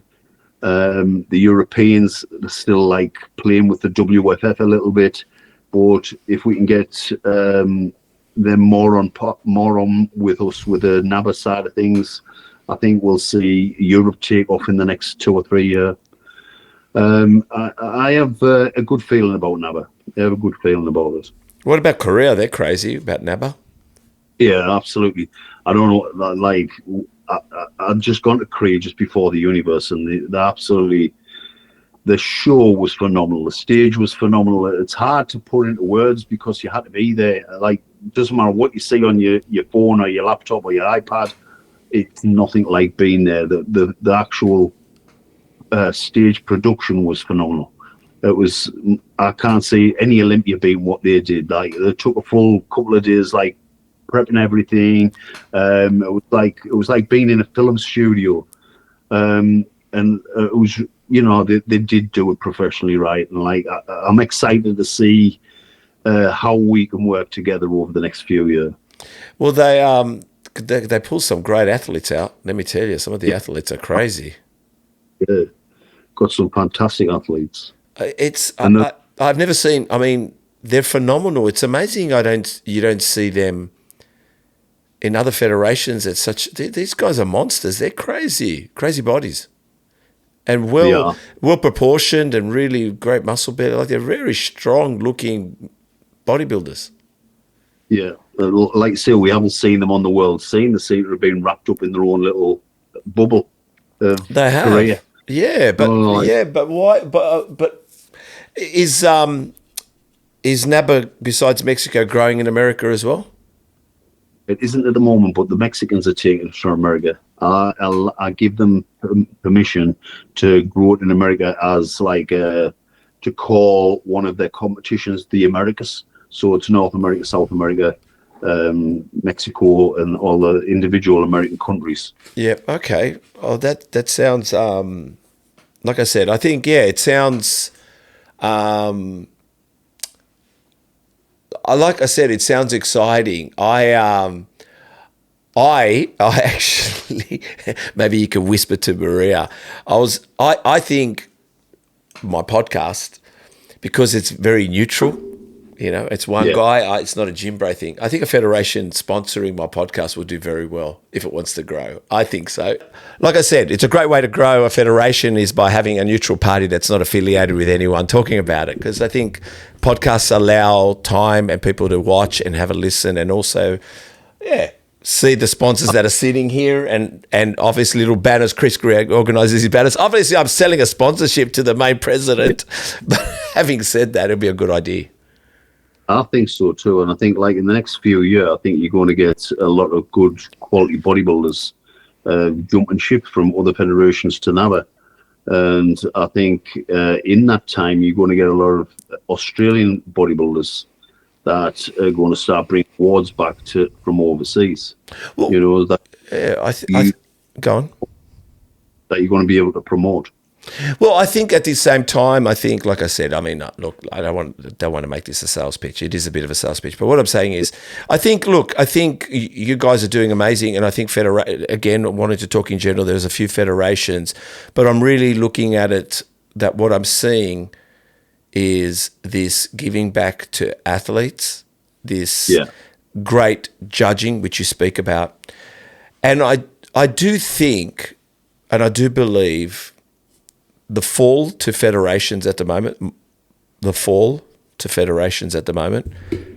what I believe, like I said, I'm not like I said, I'm Yeah. not 100%. But what I believe is the fact that they're handing out pro cards like, and I never understood this. But you guys have pointed it out. I think they're giving it out like lollies. And the fact is, what they're trying to do. What they're trying to do is lock in an athlete in their federation, get the annual fees paid. Grow. They're looking at fees. If we had one person that paid $100, let's get 10 people to pay 100, that's 1,000. But let's make them not go to any other federation. Let them not compete in other stages. And I think it's detrimental to the sport. I really believe. That was the goal, I believe. What was that? That's a double whammy goal. They're getting $300, I think, each professional card.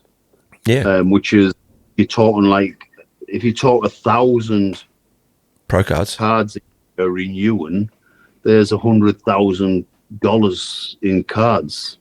Well, no, it's 300,000. 300,000. Yeah. Like, from all the different categories, there's more than 1,000, probably 1,000 in each category. So, like you said, they take it's a business, as well as they're depriving all the other federations of the top amateurs. And let's face it, let's be realistic. They are top amateurs. Yeah. They're not professionally top amateurs, and they're depriving all the other federations of top amateurs. But they're also depriving these people of top titles, like the Mr. Universe competition. I was realistic enough to realise, even at the height of what I was doing in the category and the class of competition I was competing in, that I was just an IFBB pro. Yeah. I was just an IFBB pro, but I could earn a title by coming back to a federation that was going to judge me fairly and respect me for the standard I was at. So I won 5 Mr. Universe titles. I tried to coax other IFBB pros that are not going to make it. They're not. Why not finish your career? Not finish your career, but actually carry on your career by winning a few titles to add to your IFBB pro status. This is the thing.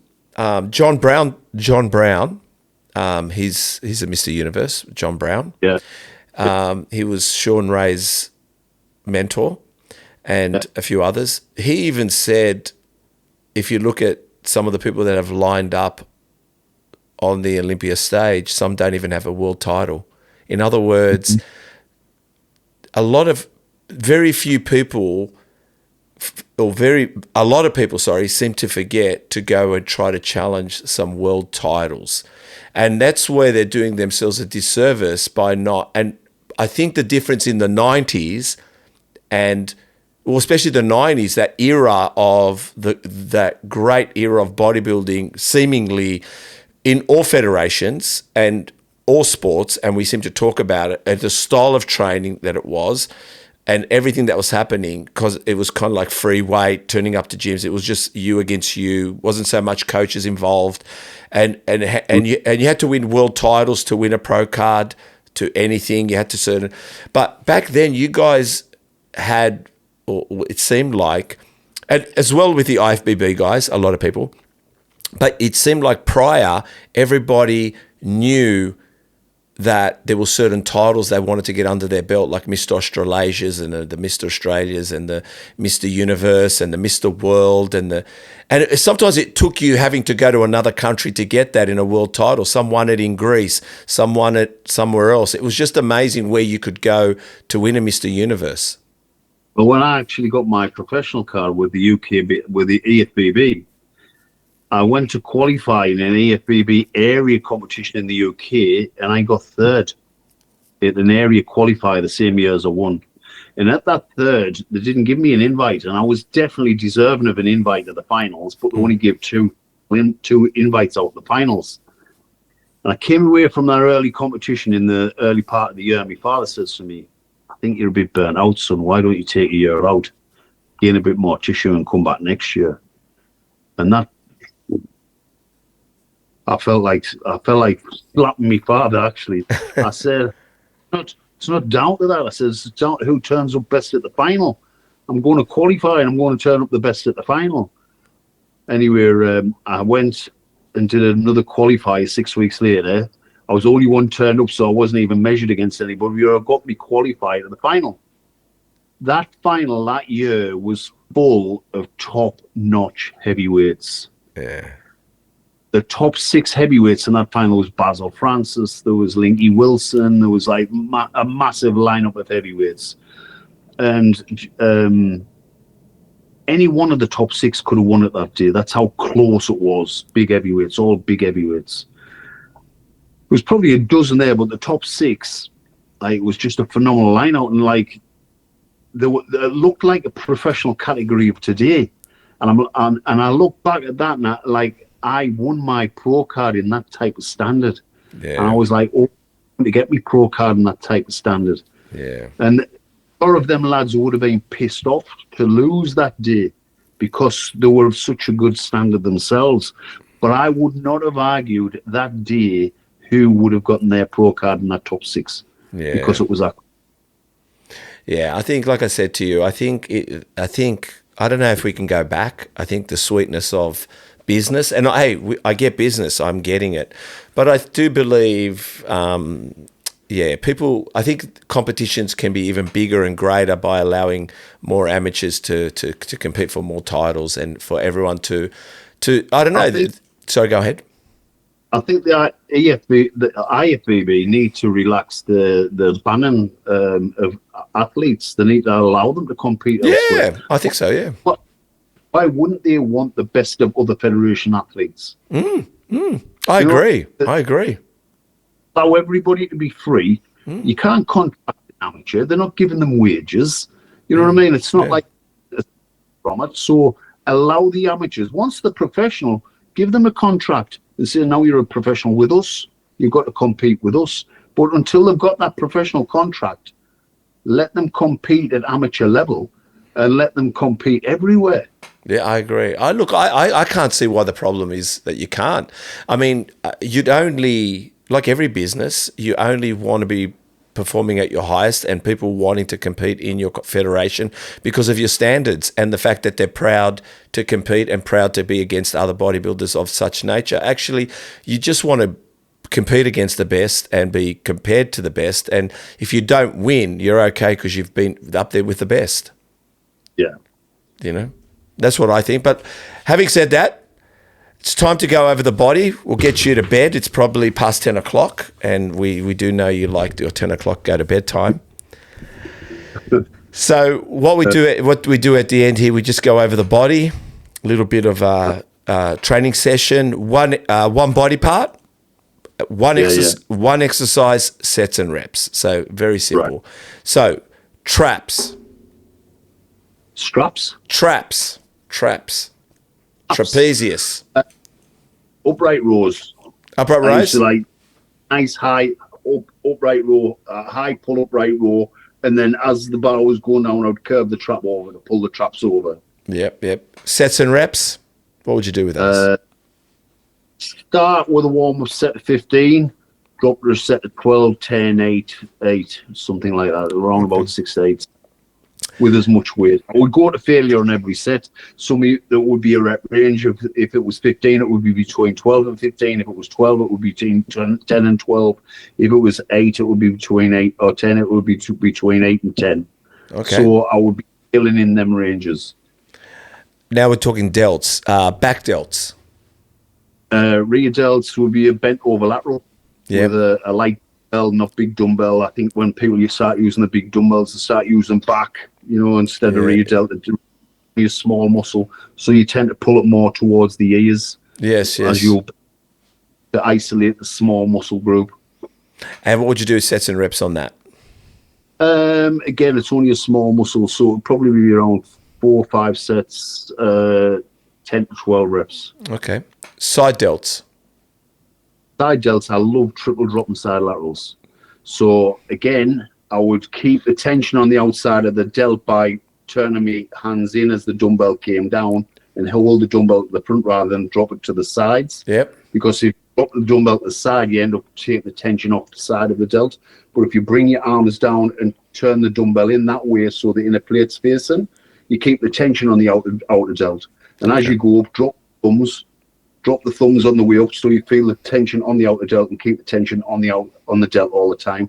I would do 3 dumbbells, 10, 10, 10 on each dumbbell as I was dropping the weight. Yep. And do 4 sets of them. Okay, so yeah, a bit of a drop set. Front delts?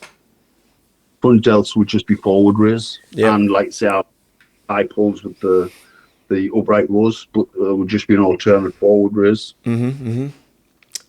Sets and reps? Sets and reps, again, around 10 to 12. Okay. 3 sets, 4? Yeah, about 4 or 5. All my sets are around 4 or 5 sets. Okay, we'll leave it at that then. Chest? Incline bench press. I worked on upper pec more than anything. So I think if you work on lower pec too much, you end up with like saggy chest. I built the chest up by creating a lot more upper pec. So I had a deep chest. So I work more like incline flies, incline bench, and cable crossovers. Okay. And again, I would start with 15, 12, 10, 8, 6 on the bench press, and then 4 to 5 sets of 10 to 12 on the flies, and the same for cable crossovers. Abs, very, very rarely. Everybody's got abs, and you don't want a thick abdominal area, so it would only be pre-competition to tighten the abs up. So if you work squats, heavy deadlifts, heavy everything else, you're always working your core. Okay. Always. Okay. So there's no necessity to work the core on top of working the core. You know, like you have to have a strong core to squat, to deadlift, to even stand there with the barbell. You're holding your core all the time. So I would just use abdominals, knee tucks, cable pulls of abdominals, and I would do a lot of twists with the stick. A broom shank, and just do like 500 or 1,000 twists every other day just to tighten the waist in. Love it. Bicep, because I was weak in the biceps, I needed to train both fibers. So I needed to train the fast and slow twitch fibers. So I would have 2 different bicep workouts. One day it would be heavy, which I would pick 2 exercises, and I would only train 5 sets on each exercise. And again, heavier reps. So I would start with a set of 15 on the first set exercise and come down to 6. Mm-hmm. And then for the next exercise, it would be 5 sets of 8 to 10. And then on the lighter day, which was being pumping day, I would tricep, dumbbell hammer curls, preacher curl, and low incline dumbbells. I would do all 3 exercises in one go, in like a giant set, and then do that 4 times round. Okay, love that. Tricep, again, I would have a heavy day and a light day. So the heavy day would be two exercises, it'd be a close grip bench and maybe a French press. On the light day, I would do super 30s, which is tricep push down, where you do 10 half reps down to the halfway point. Mm-hmm. Then from the halfway point to the bottom, you do 10 reps, then 10 full reps to finish. So you're doing 30. Yeah. It's like super 30, like super 21 with biceps, but like 30 reps for a tricep. Yeah, I love that.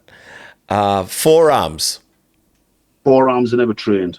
Okay. I always out the grip exercises from deadlifting and such, you know. So I never use straps as such. The only time I ever used straps was in strongman competition when we were doing overhand deadlift. So I found over the years, if you were deadlifting and you were going for weight, a lot of people would do overhand, underhand for deadlift because that's the powerlifting grip. Mm-hmm. Well, I learned early on in me bodybuilding career that I was developing one lat more than the other lat, because with the underhand, overhand grip, as you go over, one lat flares and the other lat is kept in. Wow. So over one lat proportionally, symmetrically different to the other lat.